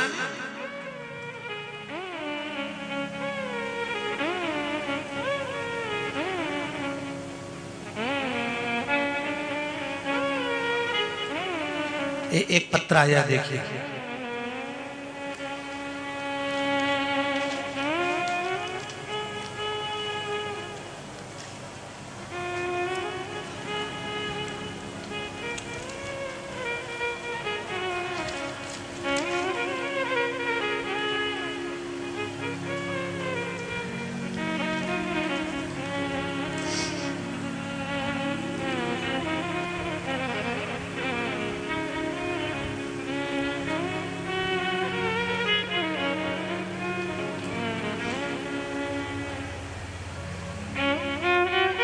मेरा पता नाम सुमित्रा हंसरा। मैं मंदसौर से आई हूँ। कहीं बैठी हैं सुमित्रा जी? आपने जो पत्र लिखा आप ही हैं? दोनों हाथ हिला दो एक बार। हर हर महादेव। पहले तो आपको बधाई बहुत बहुत। गुरुदेव, पशुपति व्रत और आपके द्वारा बताए गए उपाय का क्या लाभ होता है? 1 लोटे जल का, चावल का दाना, चंदन का पानी का क्या फल है? गुरुजी, मेरे बेटे की नौकरी नहीं लग रही थी, मैं हर तरह से हार गई। बेटा भी हताश होकर बैठ गया। उसने कहा माँ, इतनी पढ़ाई करने के बाद, ये सब कुछ करने के बाद तो नौकरी नहीं मिल रही, अब क्या करें? घर में पड़ा दिया, बहुत तकलीफ में आ गए। एक चावल का दाना, चंदन का पानी। मैंने बेटे को कहा कि तू शिव जी को चढ़ाना प्रारंभ कर। एक बार हिम्मत हार गए, 2 बार हार गए, 3 बार हार गए, पर अब कर्म करते करते भाग्य की चाबी वो खोलेगा। तो एक चाबी उसके पास में है, ये कथा कर रही है। तो मैंने उससे वो चढ़वाना प्रारंभ करा और बाबा की ऐसी कृपा हुई। 19/4/2022 को, ये चौथे महीने में, यही 19 तारीख को मेरे बेटे की जॉब लग गई है। उसके लिए मैं बधाई करने के लिए यहाँ प्रणाम करने आया।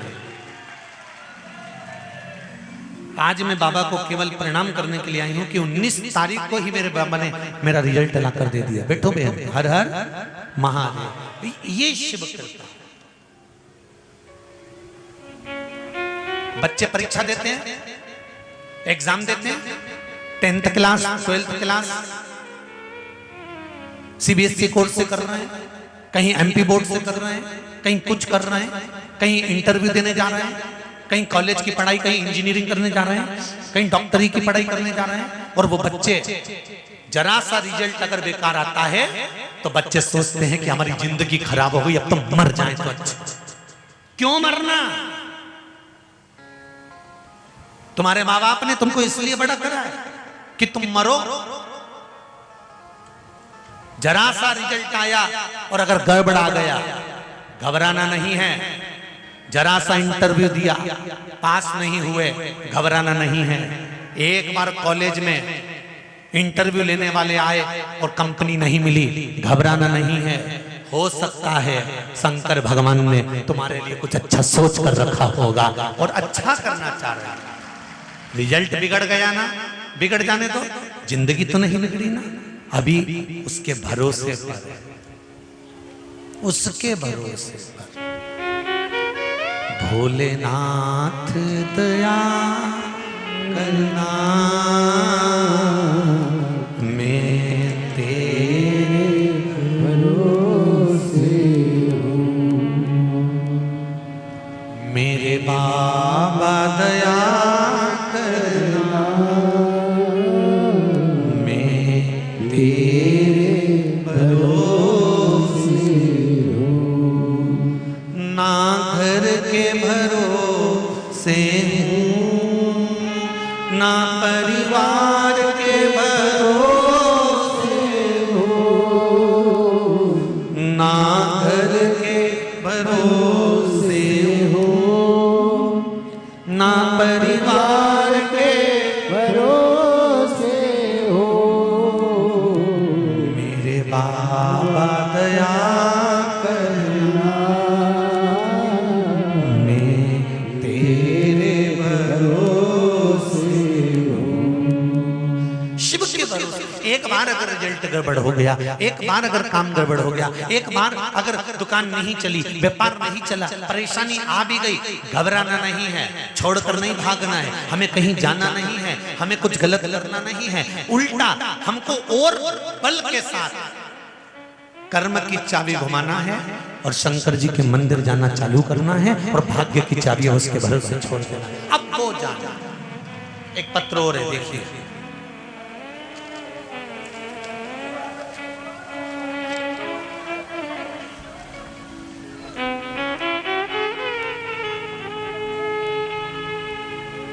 रोहित सिंह पवार, नया गांव, राजगढ़, रतलाम। मोबाइल नंबर भी दिया गया है। कहीं बैठी हो आप ही हैं? दोनों हाथ हिला दीजिए एक बार। हर हर महादेव। गुरुजी 6 महीने से आपकी कथा श्रवण कर रहा हूं। मेरे बालक राजवीर को पिछले 2 से 3 साल से इन्फेक्शन हो गया था, जिसको मैंने रतलाम, इंदौर, बड़नागर के हॉस्पिटल में दिखाया। कहीं से भी कोई फर्क नहीं पड़ा। आपका उपाय फुलेरा दूज वाला, धतूरा और बेलपत्र वाला मैंने किया और रोज बेलपत्र शिवजी को चढ़ी हुई खिलाना उसको प्रारंभ किया। शंकर जी पे चढ़ा हुआ पानी पिलाना प्रारंभ करा। गुरुजी फरवरी माह 2022 को बालक को बाथरूम की स्थान से ब्लड निकलना प्रारंभ हो गया, वही इन्फेक्शन के कारण। डॉक्टर को दिखाया, डॉक्टर ने कह दिया इसको बाथरूम के स्थान पर एक गांठ हो गई है और वो गांठ ऑपरेशन के माध्यम से निकलेगी। परंतु मेरा और मेरी पत्नी का विश्वास प्रबल था और हमने शिव की आराधना प्रारंभ करी, जल पिलाना प्रारंभ करा, बेलपत्र खिलाना प्रारंभ करा। अब मेरा बेटा बिना दवाई के 90% ठीक हो चुका है। जांच कराने में गठान नहीं है। ये पत्र बैठिए बैठिए। जांच कराने पर गठान नहीं है। अब मेरा बेटा ठीक हो गया। ये शिव कृपा। फोटो भी भेजा है बच्चे।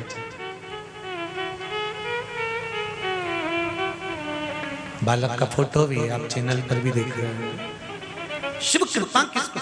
पत्र बहुत हैं, बहुत, और सबने अपने अपने दिल से लिखे। थोड़ा सा दुख आया, थोड़ी सी तकलीफ आई, थोड़ा सा कष्ट आया, थोड़ी सी बीमारी आई, थोड़ा सा दुख आया, डॉक्टर ने कह दिया तुमको कैंसर है, डॉक्टर ने कह दिया तुम्हारा लीवर गड़बड़ है। कुछ कहना चाहते हो? माइक दो, जल्दी पूछो।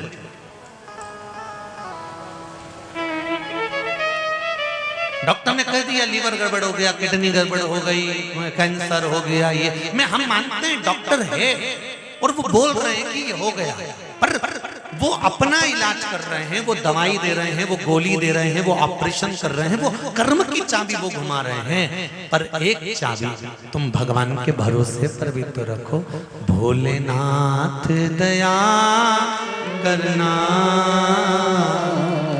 मैं तेरे भरोसे हूँ। हाँ बोलिए जी। गुरुदेव आपके चरणों में शत नमन करती हूँ। श्री शिवाय नमस्ते। कहाँ से आए हैं? मैं रतलाम टाटा नगर से हूँ। शुभ नाम? रानी आशीष राठौड़ जी बोलिए। मुझे किडनी के अंदर पथरी बताई थी डॉक्टर ने जी, मुझे बोला था 3 महीने आपको टैबलेट लेनी पड़ेगी, और मैंने 3 महीने टैबलेट नहीं लेके भगवान के पशुपतिनाथ के व्रत करने का सोचा, और बिना पूजा करे ही मैंने पहला सोमवार करा और दूसरे सोमवार में दर्द कम हो गया। 5 सोमवार पूरे होने के बाद मैंने सोनोग्राफी कराई, मेरी रिपोर्ट नॉर्मल आई। जय हो काशी विश्वनाथ भगवान की जय। आपके चरणों में फिर नमन करती हूँ गुरुदेव। शिव कृपा, बाबा की कृपा बनी रहे। बिराजी हर हर महादेव। और केवल एक यही बहन नहीं, इस पूरे पंडाल में ना जाने कितने बैठे होंगे जिनके हृदय की बात वो कहना चाहते हैं। बीच में भैया भी खड़े हुए, ऐसे कई बैठे हुए हैं जो अपने हृदय की बात, दिल की बात कहना चाहते हैं कि बाबा ने कृपा करिए। बैठ जाओ भैया, बहुत सारे हो, बैठिए बैठिए।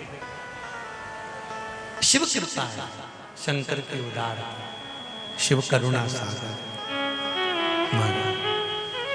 भोलेनाथ दया करना मेरे भरोसे हूँ। शंभुनाथ दया करना मैं तेरे भरोसे हूँ। शिव की कृपा। कथा बहुत रह गई है बाबू। देव देव माइक में जल्दी दो। देव आप भी कहना चाहते हैं? जल्दी दो जरा।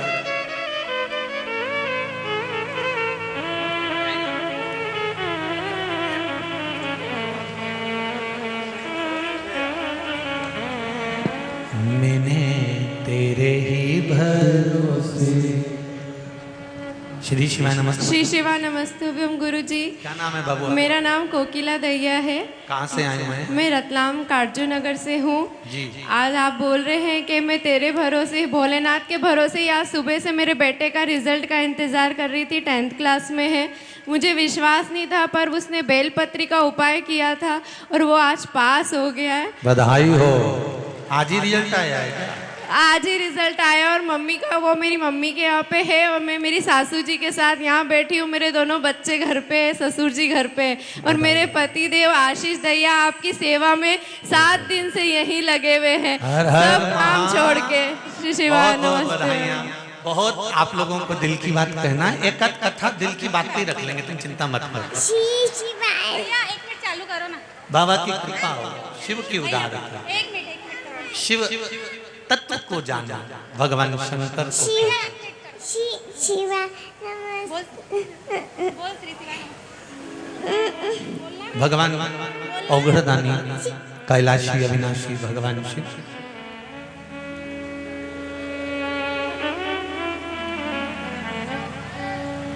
मैं तेरे भरोसे भोलेनाथ। एक माइक भैया उधर पहुंचा दो जरा, वो दादाजी के पास जल्दी पहुंचाओ, जल्दी जरा, समय का ध्यान रखना।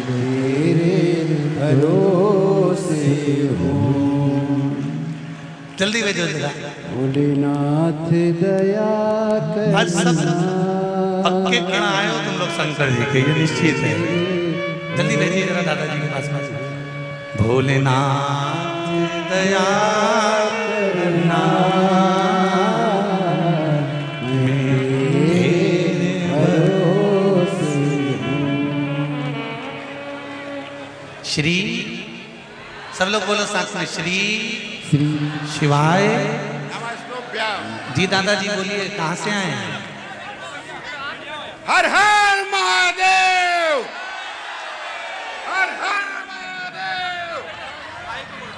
कहाँ से सदगुरुदेव, आए, कहाँ से आए हुए आप? मैं सर मैं पवन राठौर जावरा महावीर कॉम्प्लेक्स से आया हूँ गुरुदेव।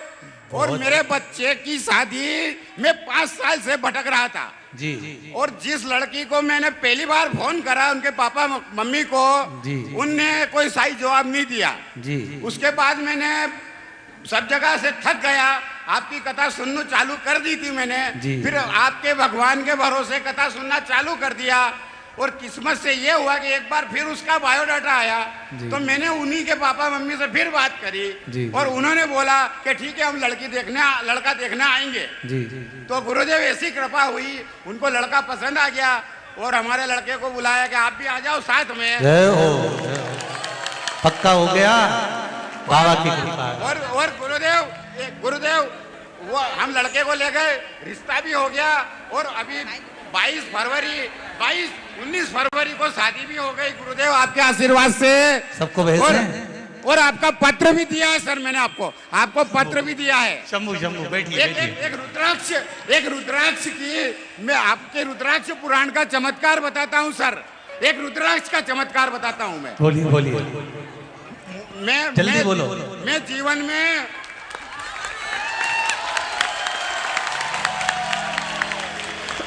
जल्दी बोलो, जल्दी। मैं जीवन में मैं इतना परेशान था, परेशानी की पराकाष्ठा के दौर से गुजर रहा था। मुझे नाली के किनारे जो नाली का कचरा रहता है उसमें से दो रुखी रुद्राक्ष मिला। जी। उस रुद्राक्ष को मैंने धो के और पूजन के आर्य में रखा और पति पत्नी ने दोनों ने उसकी पूजन करना शुरू किया।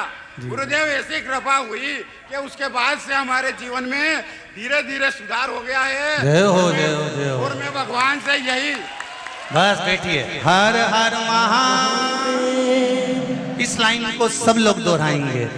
जब शंकर के भरोसे रहेंगे तो जिंदगी का सुख हमें अवश्य प्राप्त होगा। हम भगवान के भरोसे रहकर आज अंधकासुर भगवान के नेत्र के द्वारा प्रकट हो गया और उसको समुद्र में फेंक दिया। फेंकने के बाद भी समुद्र में उसका जो उपद्रव था वो प्रबल रहा। अंधकासुर, माता पार्वती जी ने कहा ये आपके द्वारा प्रकट हुआ आपका पुत्र है, इसको मैं संजो लेती हूँ, इसको मैं रख लेती हूँ। नहीं। क्रोध, अहंकार, लोभ, अभिमत्ता, तृष्णा जो इस शरीर से निकलता है ये पुत्र नहीं होता, इसको त्याग करना। तृष्णा शरीर में रखेंगे ये ठीक नहीं है। तृष्णा का त्याग कर दो, लोभ का त्याग, काम का त्याग, वासना का त्याग, आसक्ति का त्याग, तृष्णा का त्याग।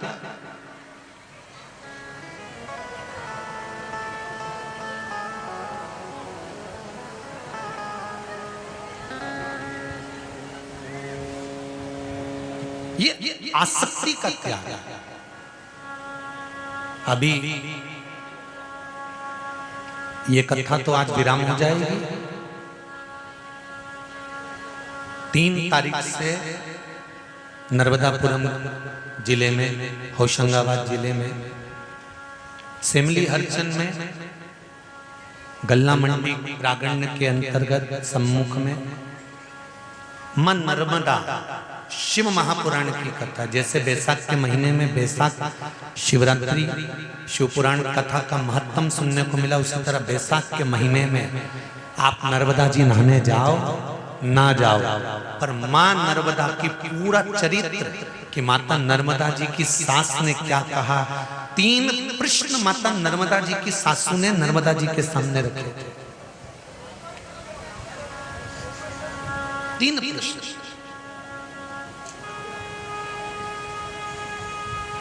नर्मदा जी के पति ने भी एक संवाद किया था माता नर्मदा जी से। मां नर्मदा जी की एक सखी ने नर्मदा जी के सम्मुख में एक संवाद किया था। ऐसे माता नर्मदा के ऊपर मां नर्मदा शिव महापुराण की कथा 3 तारीख से सिमली हरिचंद में सुहागपुर रोड पर श्रवण करने को मिल रही है। 2 बजे से 5 बजे तक आस्था चैनल पर, फेसबुक, यूट्यूब पर आएगी। दिल से सुनना नर्मदा माता की चरित्र को, कथा।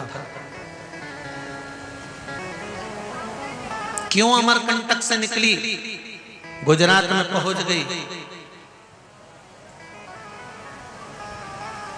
कितना सुख और कितना दुख झेला है मां नर्मदा, उस सारे चरित्रों के साथ हम श्रवण करें।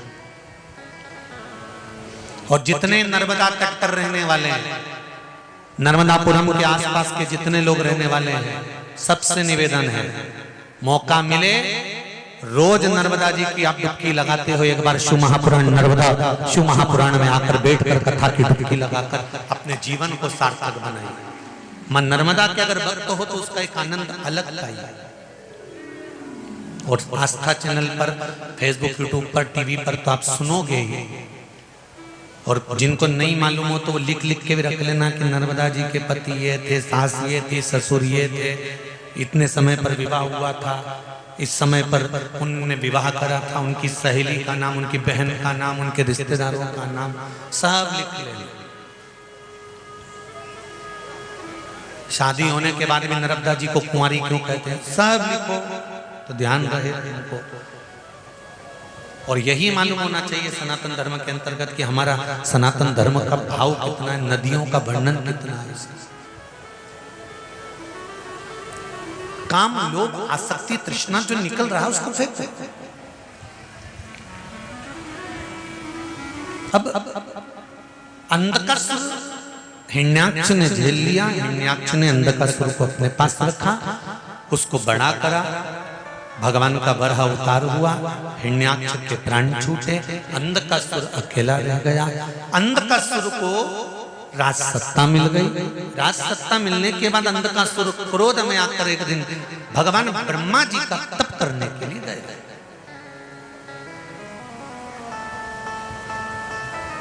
और ब्रह्मा जी का जब तप करा, साधना करी, और उस तप साधना में कई लोग हमसे कहते हैं, गुरुजी आप ये उपाय बताते हो और उपाय में आप कहते हो कि ये करोगे तो इससे ये मिल जाएगा, ये करोगे तो ये मिल जाएगा, परंतु एक भक्त का भाव होता है कि ये सब चीजें तो बात की हैं, व्यर्थ की हैं, सबसे पहले तो भगवान की भक्ति करें। ये भी आप, तो हम उनको कहते हैं भक्ति होगी। और भक्ति जब होगी जब व्यक्ति दिल से खुश होगा। घर में बेटा दुखी होगा तो माँ पेट भरकर भोजन कर लेगी क्या? जम के बोलो जरा। अगर घर में बच्चे दुखी हैं तो माँ कभी सुखी नहीं हो सकती।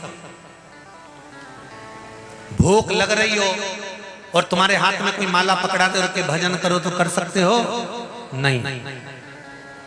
तप लग रहा है, तपन लग रही है, और कोई तुमसे कहे कि तुम भजन करो तो नहीं हो सकता। उसी तरह शिव महापुराण की कथा कहती है, पहले आप जो आपकी अभिलाषा है भगवान से पूजन कर कर, अर्चना कर कर, बेलपत्र चढ़ाकर, चावल चढ़ाकर, धतूरा चढ़ाकर, शहद चढ़ाकर, घृत चढ़ाकर, तुम अपने दिल से भगवान से प्रार्थना कर कर पहले अपने सुख की आनंद पालो। उसके बाद जब तुम पूर्ण रूप से सुखी हो जाओगे, आनंदित हो जाओगे, हृदय चित्त जब तुम्हारा आनंदित हो जाएगा, हृदय में जब सुख की अनुभूति हो जाएगी, तब आप रूप आपका मन भगवान शंकर की भक्ति में लग ही जाएगा। फिर वो मन भटकेगा नहीं, फिर वो नहीं भटकेगा। श्री शिवाय नमस्तुभ्यं। श्री शिवाय नमस्तुभ्यं। अंधकासुर तप करा, साधना करा, और अंधकासुर ने जब तप साधना करी तब उस अंधकासुर की तब साधना से ब्रह्मा जी प्रकट हो गए, प्रसन्न हो गए। मांग, तुझे क्या चाहिए, बोल, तुझे क्या दूं मैं?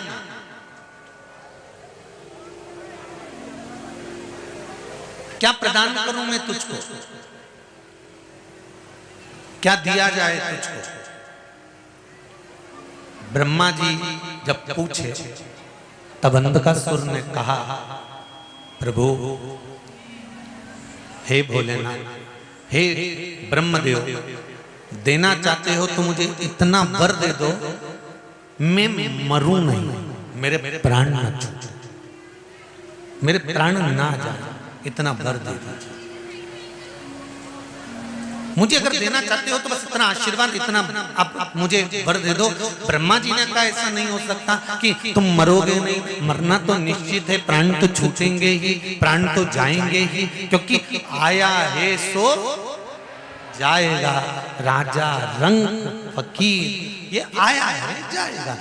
ये नहीं है कि तुम जाओगे और कोई नहीं जाएगा, ऐसा नहीं, सबको जाना है।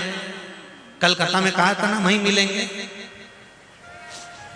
47वें दिन आता है ना कि जब मृत्यु होती है, और मृत्यु होने का जब 47वां दिन रहता है तो बैतरणी पर खड़े मिलते हो। आज एक और प्रसन्नता की बात है,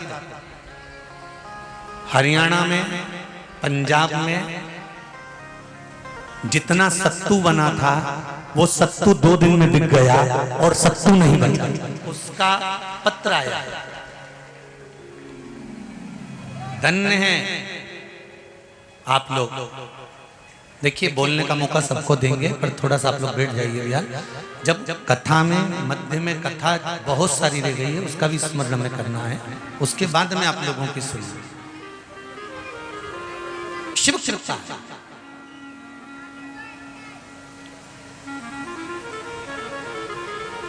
और एक निवेदन आप लोगों से भी है, अमावस्या आ रही है, पूर्णिमा आ रही है, नवमी आ रही है, बैसाख की तीज आ रही है, अक्षय तृतीया। सत्तू का प्रयोग अवश्य करना, करोगे ना? उसका दान अवश्य करना। कोई आए उसको थोड़ा सा सत्तू अवश्य खिलाना। 3 चीजें होती हैं सत्तू में, गेहूं, चने की दाल, जौ, इनको गलाया जाता है। रात भर गलाने के बाद इसको फिर सेका जाता है, सेक कर पिसाया जाता है, फिर उसका प्रयोग किया जाता है। महाराज, चाहे फिर उसको घोल कर आप शक्कर के साथ, गुड़ के साथ, नमक के साथ, जीरे के साथ, पुदीना के साथ, जिसके साथ तुम्हें खाना है वो तुम्हारे ऊपर, पर दान करना सत्तू का जरूर है। एक चुटकी मात्र भी अगर सत्तू आपने दान किया है बैसाख महीने में, उसका फल जरूर मिलेगा, जरूर प्राप्त।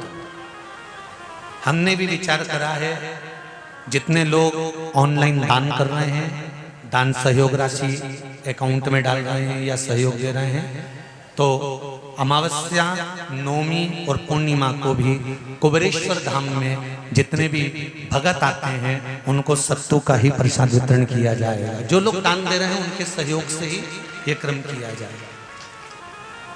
प्रयास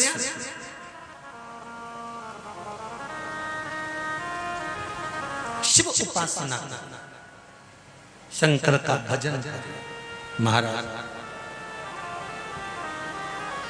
अंधकासुर, उस अंधकासुर ने वर मांगा और ब्रह्मा जी ने कहा ये नहीं हो सकता, मृत्यु निश्चित है, मरना पड़ेगा, मौत आएगी और मरना पड़ेगा ही। सुन लो, ध्यान लगाकर जितने लोग कथा श्रवण कर रहे हैं,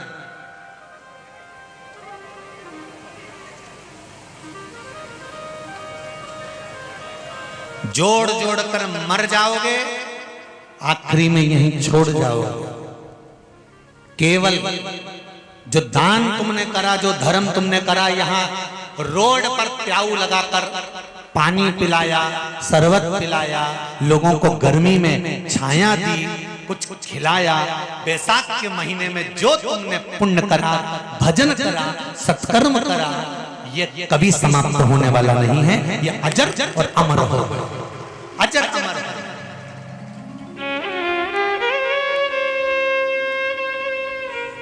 ये कभी समाप्त नहीं होगा। दूसरा जगह पर दिया गया ना, दूसरी जगह पर किया गया सत्कर्म समाप्त हो सकता है, पर शंकर को किया गया धर्म, शंकर भगवान को किया गया दान, शंकर के लिए, शंकर के भक्तों के लिए किया गया सत्कर्म कभी समाप्त नहीं। वो अजर और अमर। मरना है, अंधकासुर ने अगर मरना ही है तो वर दे दो। क्या अगर मरूं तो मेरी माता को जिस दिन मैं गलत दृष्टि से देखूं उस दिन मेरे प्राण छूट। और वही हुआ। अंधकासुर ने कहा मुझे शादी करना है, कोई अच्छी कन्या देखो।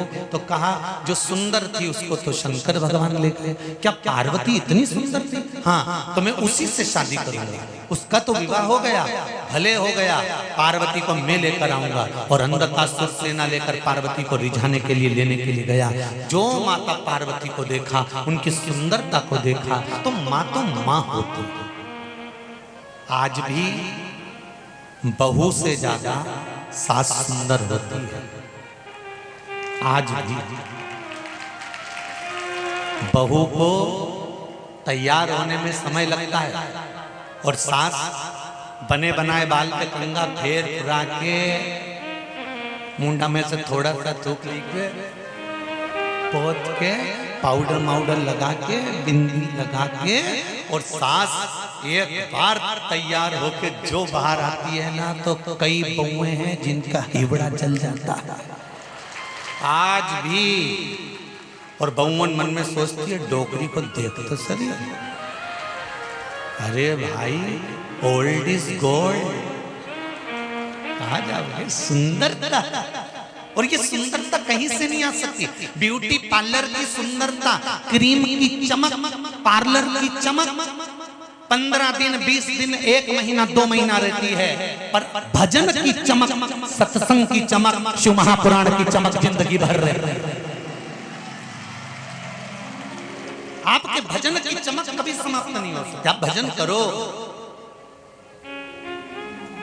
कई कई बूढ़ी बूढ़ी माताएं जब मंदिर से आती है ना, और मुंह में पान भी नहीं खाए तो भी इसके होठ लाल दिखते हैं। साड़ी साधारण सी पहनी है, बस सिर पे पल्लू ले लेगी, आंखों में थोड़ा सा सुरमा लगा है, बिंदी बड़ी सारी कुंकू की लगी है, ऐसी। और माताओं को ना जाने क्या हो जाता, बिंदी लगाने में क्यों शर्म आती है। माथे पर जब कुंकू की गोल बिंदी बड़ी सारी जब माताओं के चेहरे पर लगी होती है ना, तो आधा तो देखने वाला इनको देख के बिंदी में फंसा रह जाता है कि इतनी सुंदरता, उसकी बिंदी में इतनी सुंदरता होती है, पर ना जाने ये तो इतनी बड़ी लगा है।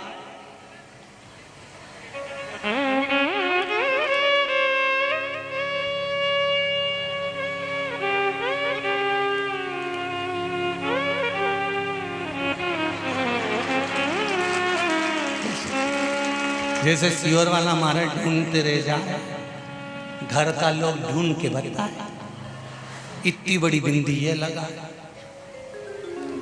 बिंदी इतनी सी और जीवान बिंदी लगा।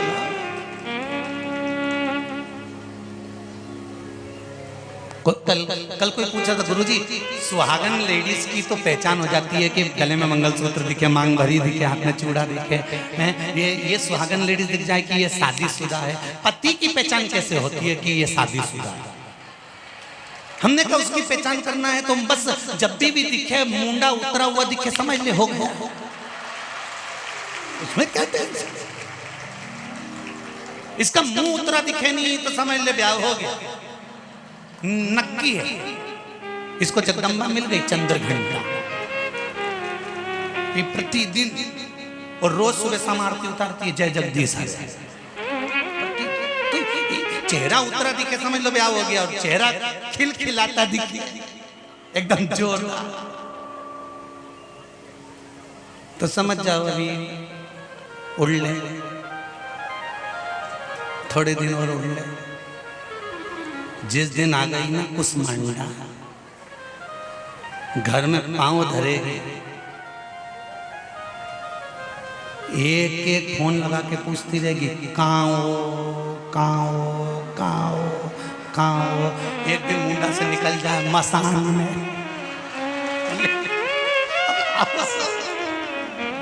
मृत्यु निश्चित है। अंधकासुर के प्राण छोड़ दिए और भगवान शंकर ने भैरव को प्रकट करा, काल भैरव प्रकट होकर अंधकासुर को मार दिया, क्योंकि माता को गलत दृष्टि से देखा था, इसलिए प्राण चले गए। मेरा आपसे निवेदन है, किसी भी माता को, किसी भी बेटी को, किसी भी बहन को जिस दिन तुम गलत दृष्टि से देखोगे, मृत्यु तुम्हारे करीब आ गई, ये निश्चित कर लेना। मौत तुम्हारे करीब आ गई, ये निश्चितता है। इसलिए बहन बेटियों पर कभी गलत दृष्टि ना दी। 12 ज्योतिर्लिंग का संवाद सुनाया बड़े आनंद के साथ में। भगवान देवाधिदेव महादेव सोमनाथ जी का वर्णन करा। महाराज क्या कहना चाहती हो बहन, बोलिए, जल्दी बोलिए। देव जरा माइक। थोड़ा कथा ज्यादा बची है, समय कम है, इसका ध्यान करिए, जल्दी बोलिए। श्रीमती श्री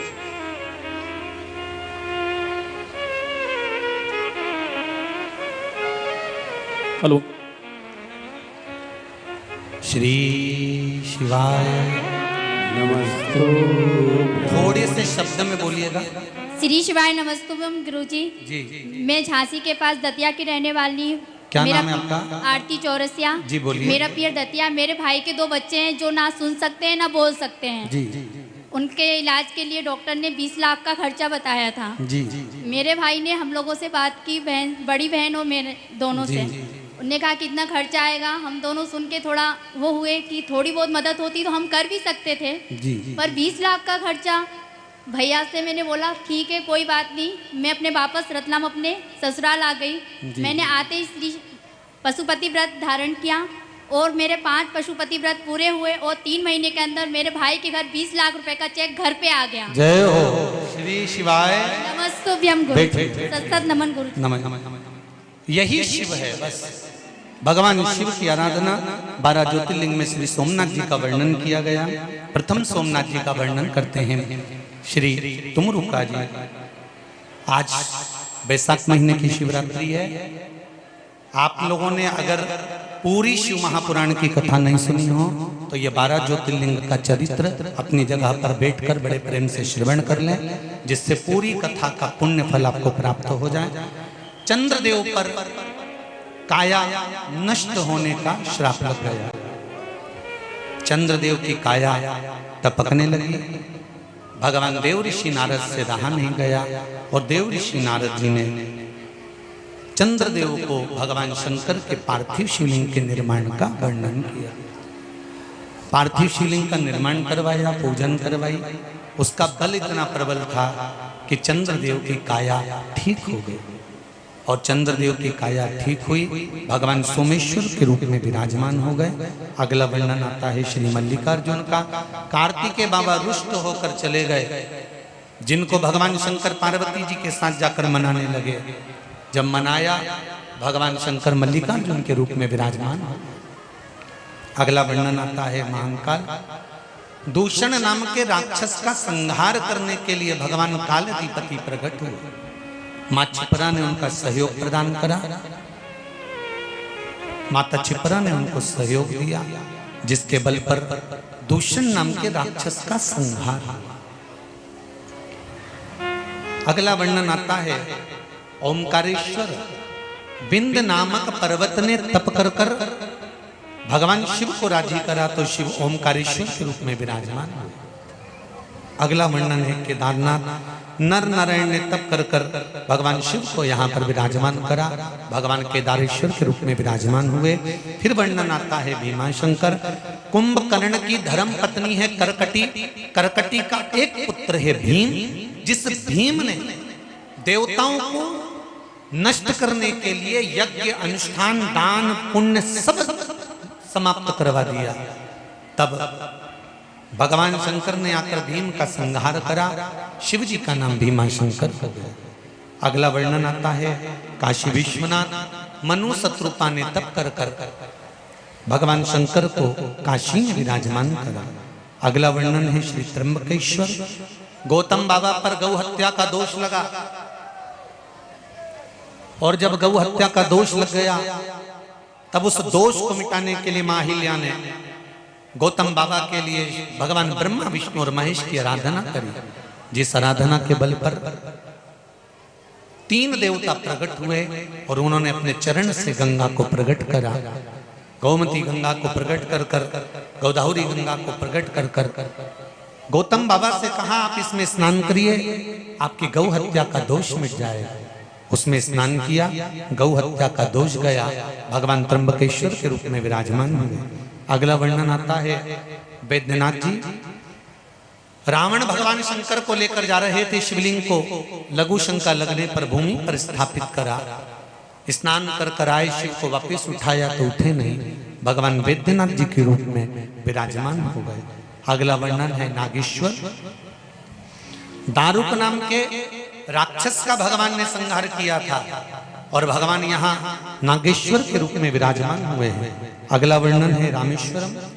भगवान राम सेतु बनाने से पहले भगवान शंकर की आराधना करते हैं और शंकर की आराधना कर कर शिवलिंग का पूजन कर कर तब सेतु का निर्माण करते हैं।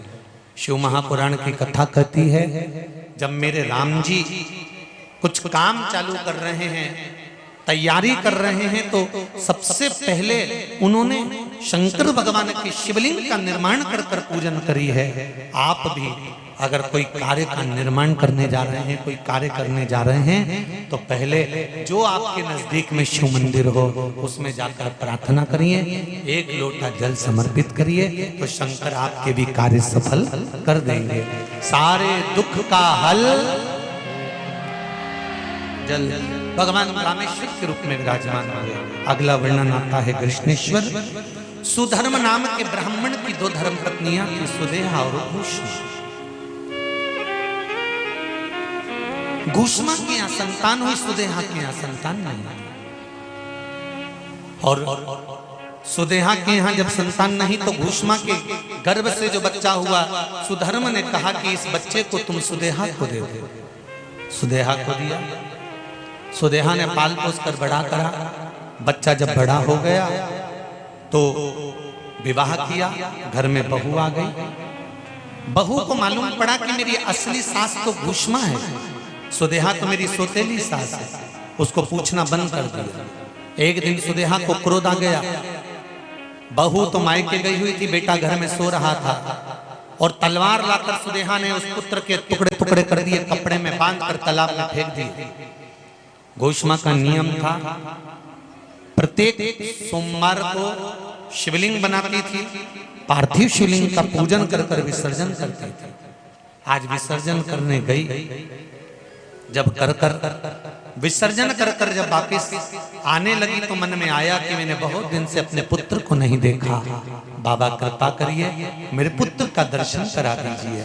1 हफ्ते पहले मरा हुआ घुष्मा का बेटा शिवलिंग का विसर्जन करते से ही तैरता हुआ बाहर आ गया। भगवान शंकर ने घुष्मा के पुत्र को ठीक करा। शिवजी का नाम कृष्णेश्वर महादेव हो गया। ऐसे 12 ज्योतिर्लिंग का वर्णन भगवान तुमरुका जी करते हैं।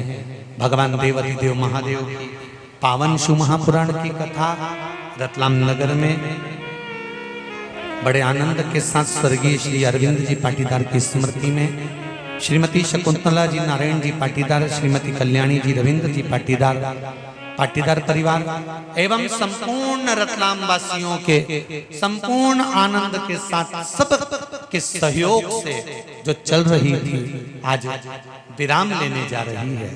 बाबा देवाधिदेव महादेव की करुणा, कृपा, उदारता, दया, आस्था चैनल के माध्यम से, फेसबुक यूट्यूब के माध्यम से जितने भी भक्त लोग इस चिलचिलाती हुई गर्मी में इस पंडाल में कथा श्रवण कर रहे हैं, उनके पावन चरणों को नमन करता हूँ। शिवरात्रि की आज बैसाख की शिवरात्रि की बहुत बहुत बधाइयाँ। माता जी कुछ कहना चाहती हैं? माइक दे जरा देव, जल्दी दो इनको, थोड़ा से शब्द में बोलिएगा माता जी, जल्दी जल्दी। हाँ, ये बुजुर्ग माता जी को दो, हेलो, जल्दी दो।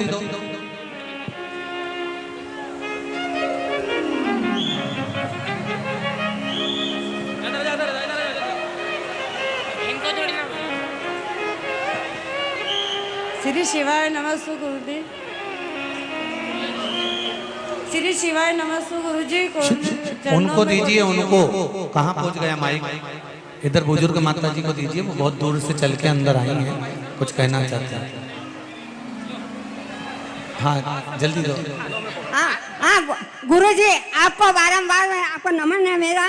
और मैं 20 साल से परेशान थी मकान में, पर आपकी दया से मेरे कथा सुनने से अब मेरा मकान भी बन गया है। और उसका 5 मैंने बृहस्पतिवार का सोमवार किया, 6ठे सोमवार मुहूर्त निकल गया, 7वें का मुहूर्त हो गया। गुरुजी मैं आपको बारंबार नमस्ते। मैंने देखा माँ बहुत दूर से सबको इधर उधर करती करती आगे आई हो बोलने के लिए। बधाई आपको नूतन मकान की। बस आप सबसे निवेदन है, एक लोटा जल सारी समस्या का हल। आप शिव की आराधना करते रहें, भगवान शंकर का गुणगान गाते रहें। मेरा बाबा आपकी झोलियां खुशियों से भरता रहेगा। सारी समितियों द्वारा यहाँ पर बहुत बहुत सेवाएं दी गई हैं। सब समितियों का नाम तो नहीं ले सकता। ग्राम सोजावता में भी एक नवदुर्गा मंदिर है, जहाँ पर माता जी रूप बदलती रहती हैं, जहाँ आप लोग दर्शन के लिए जाते रहे और बाबा का माता का दर्शन करते रहे। यही भाव के साथ में, आनंद के साथ में कथा विराम ले रही है। भाव भक्ति और आनंद के साथ भगवान शिव की ये पुनीत पावन शिव महापुराण की कथा अपार समुद्र है। आज रतलाम नगर में बहुत बहुत संख्या में, लाखों लाख संख्या में आप लोग पधारे हैं। मैं आपको नमन करता हूं, आपके विश्वास को, आपकी श्रद्धा को, आपकी भक्ति को नमन करता हूं। जिस बल से आप लोगों ने चिलचिलाती हुई इस गर्मी में शिव महापुराण की कथा श्रवण करी है। 3 तारीख दोपहर 2 बजे से 5 बजे तक नर्मदा शिव महापुराण की कथा नर्मदा नगर के पास सुंदर सिमली हरचंद से श्रवण करेंगे और अपने जीवन को धन्य बनाएंगे। आप सभी को बहुत बहुत नमन करता हूं। प्रशासन को, स्वास्थ्य विभाग को, नगर निगम को, नगर पालिका को और सारे टेंट लगाने वाले, साउंड लगाने वाले, एलईडी लगाने वाले, प्याऊ खोलने वाले, भोजन कराने वाले, भंडारा चलाने वाले सभी सेवादारों को नमन करता हूं। बजरंग दल, विश्व हिंदू परिषद, स्वयं सेवक संघ और हिंदू जागरण मंच, जितने भी हिंदू उत्सव समिति, जितने जितने धार्मिक दुर्गा वाहिनी और नवयुवक टीमों को नमन करता हूं, समितियों को नमन करता हूं। सुंदर आनंद के साथ में यहाँ पर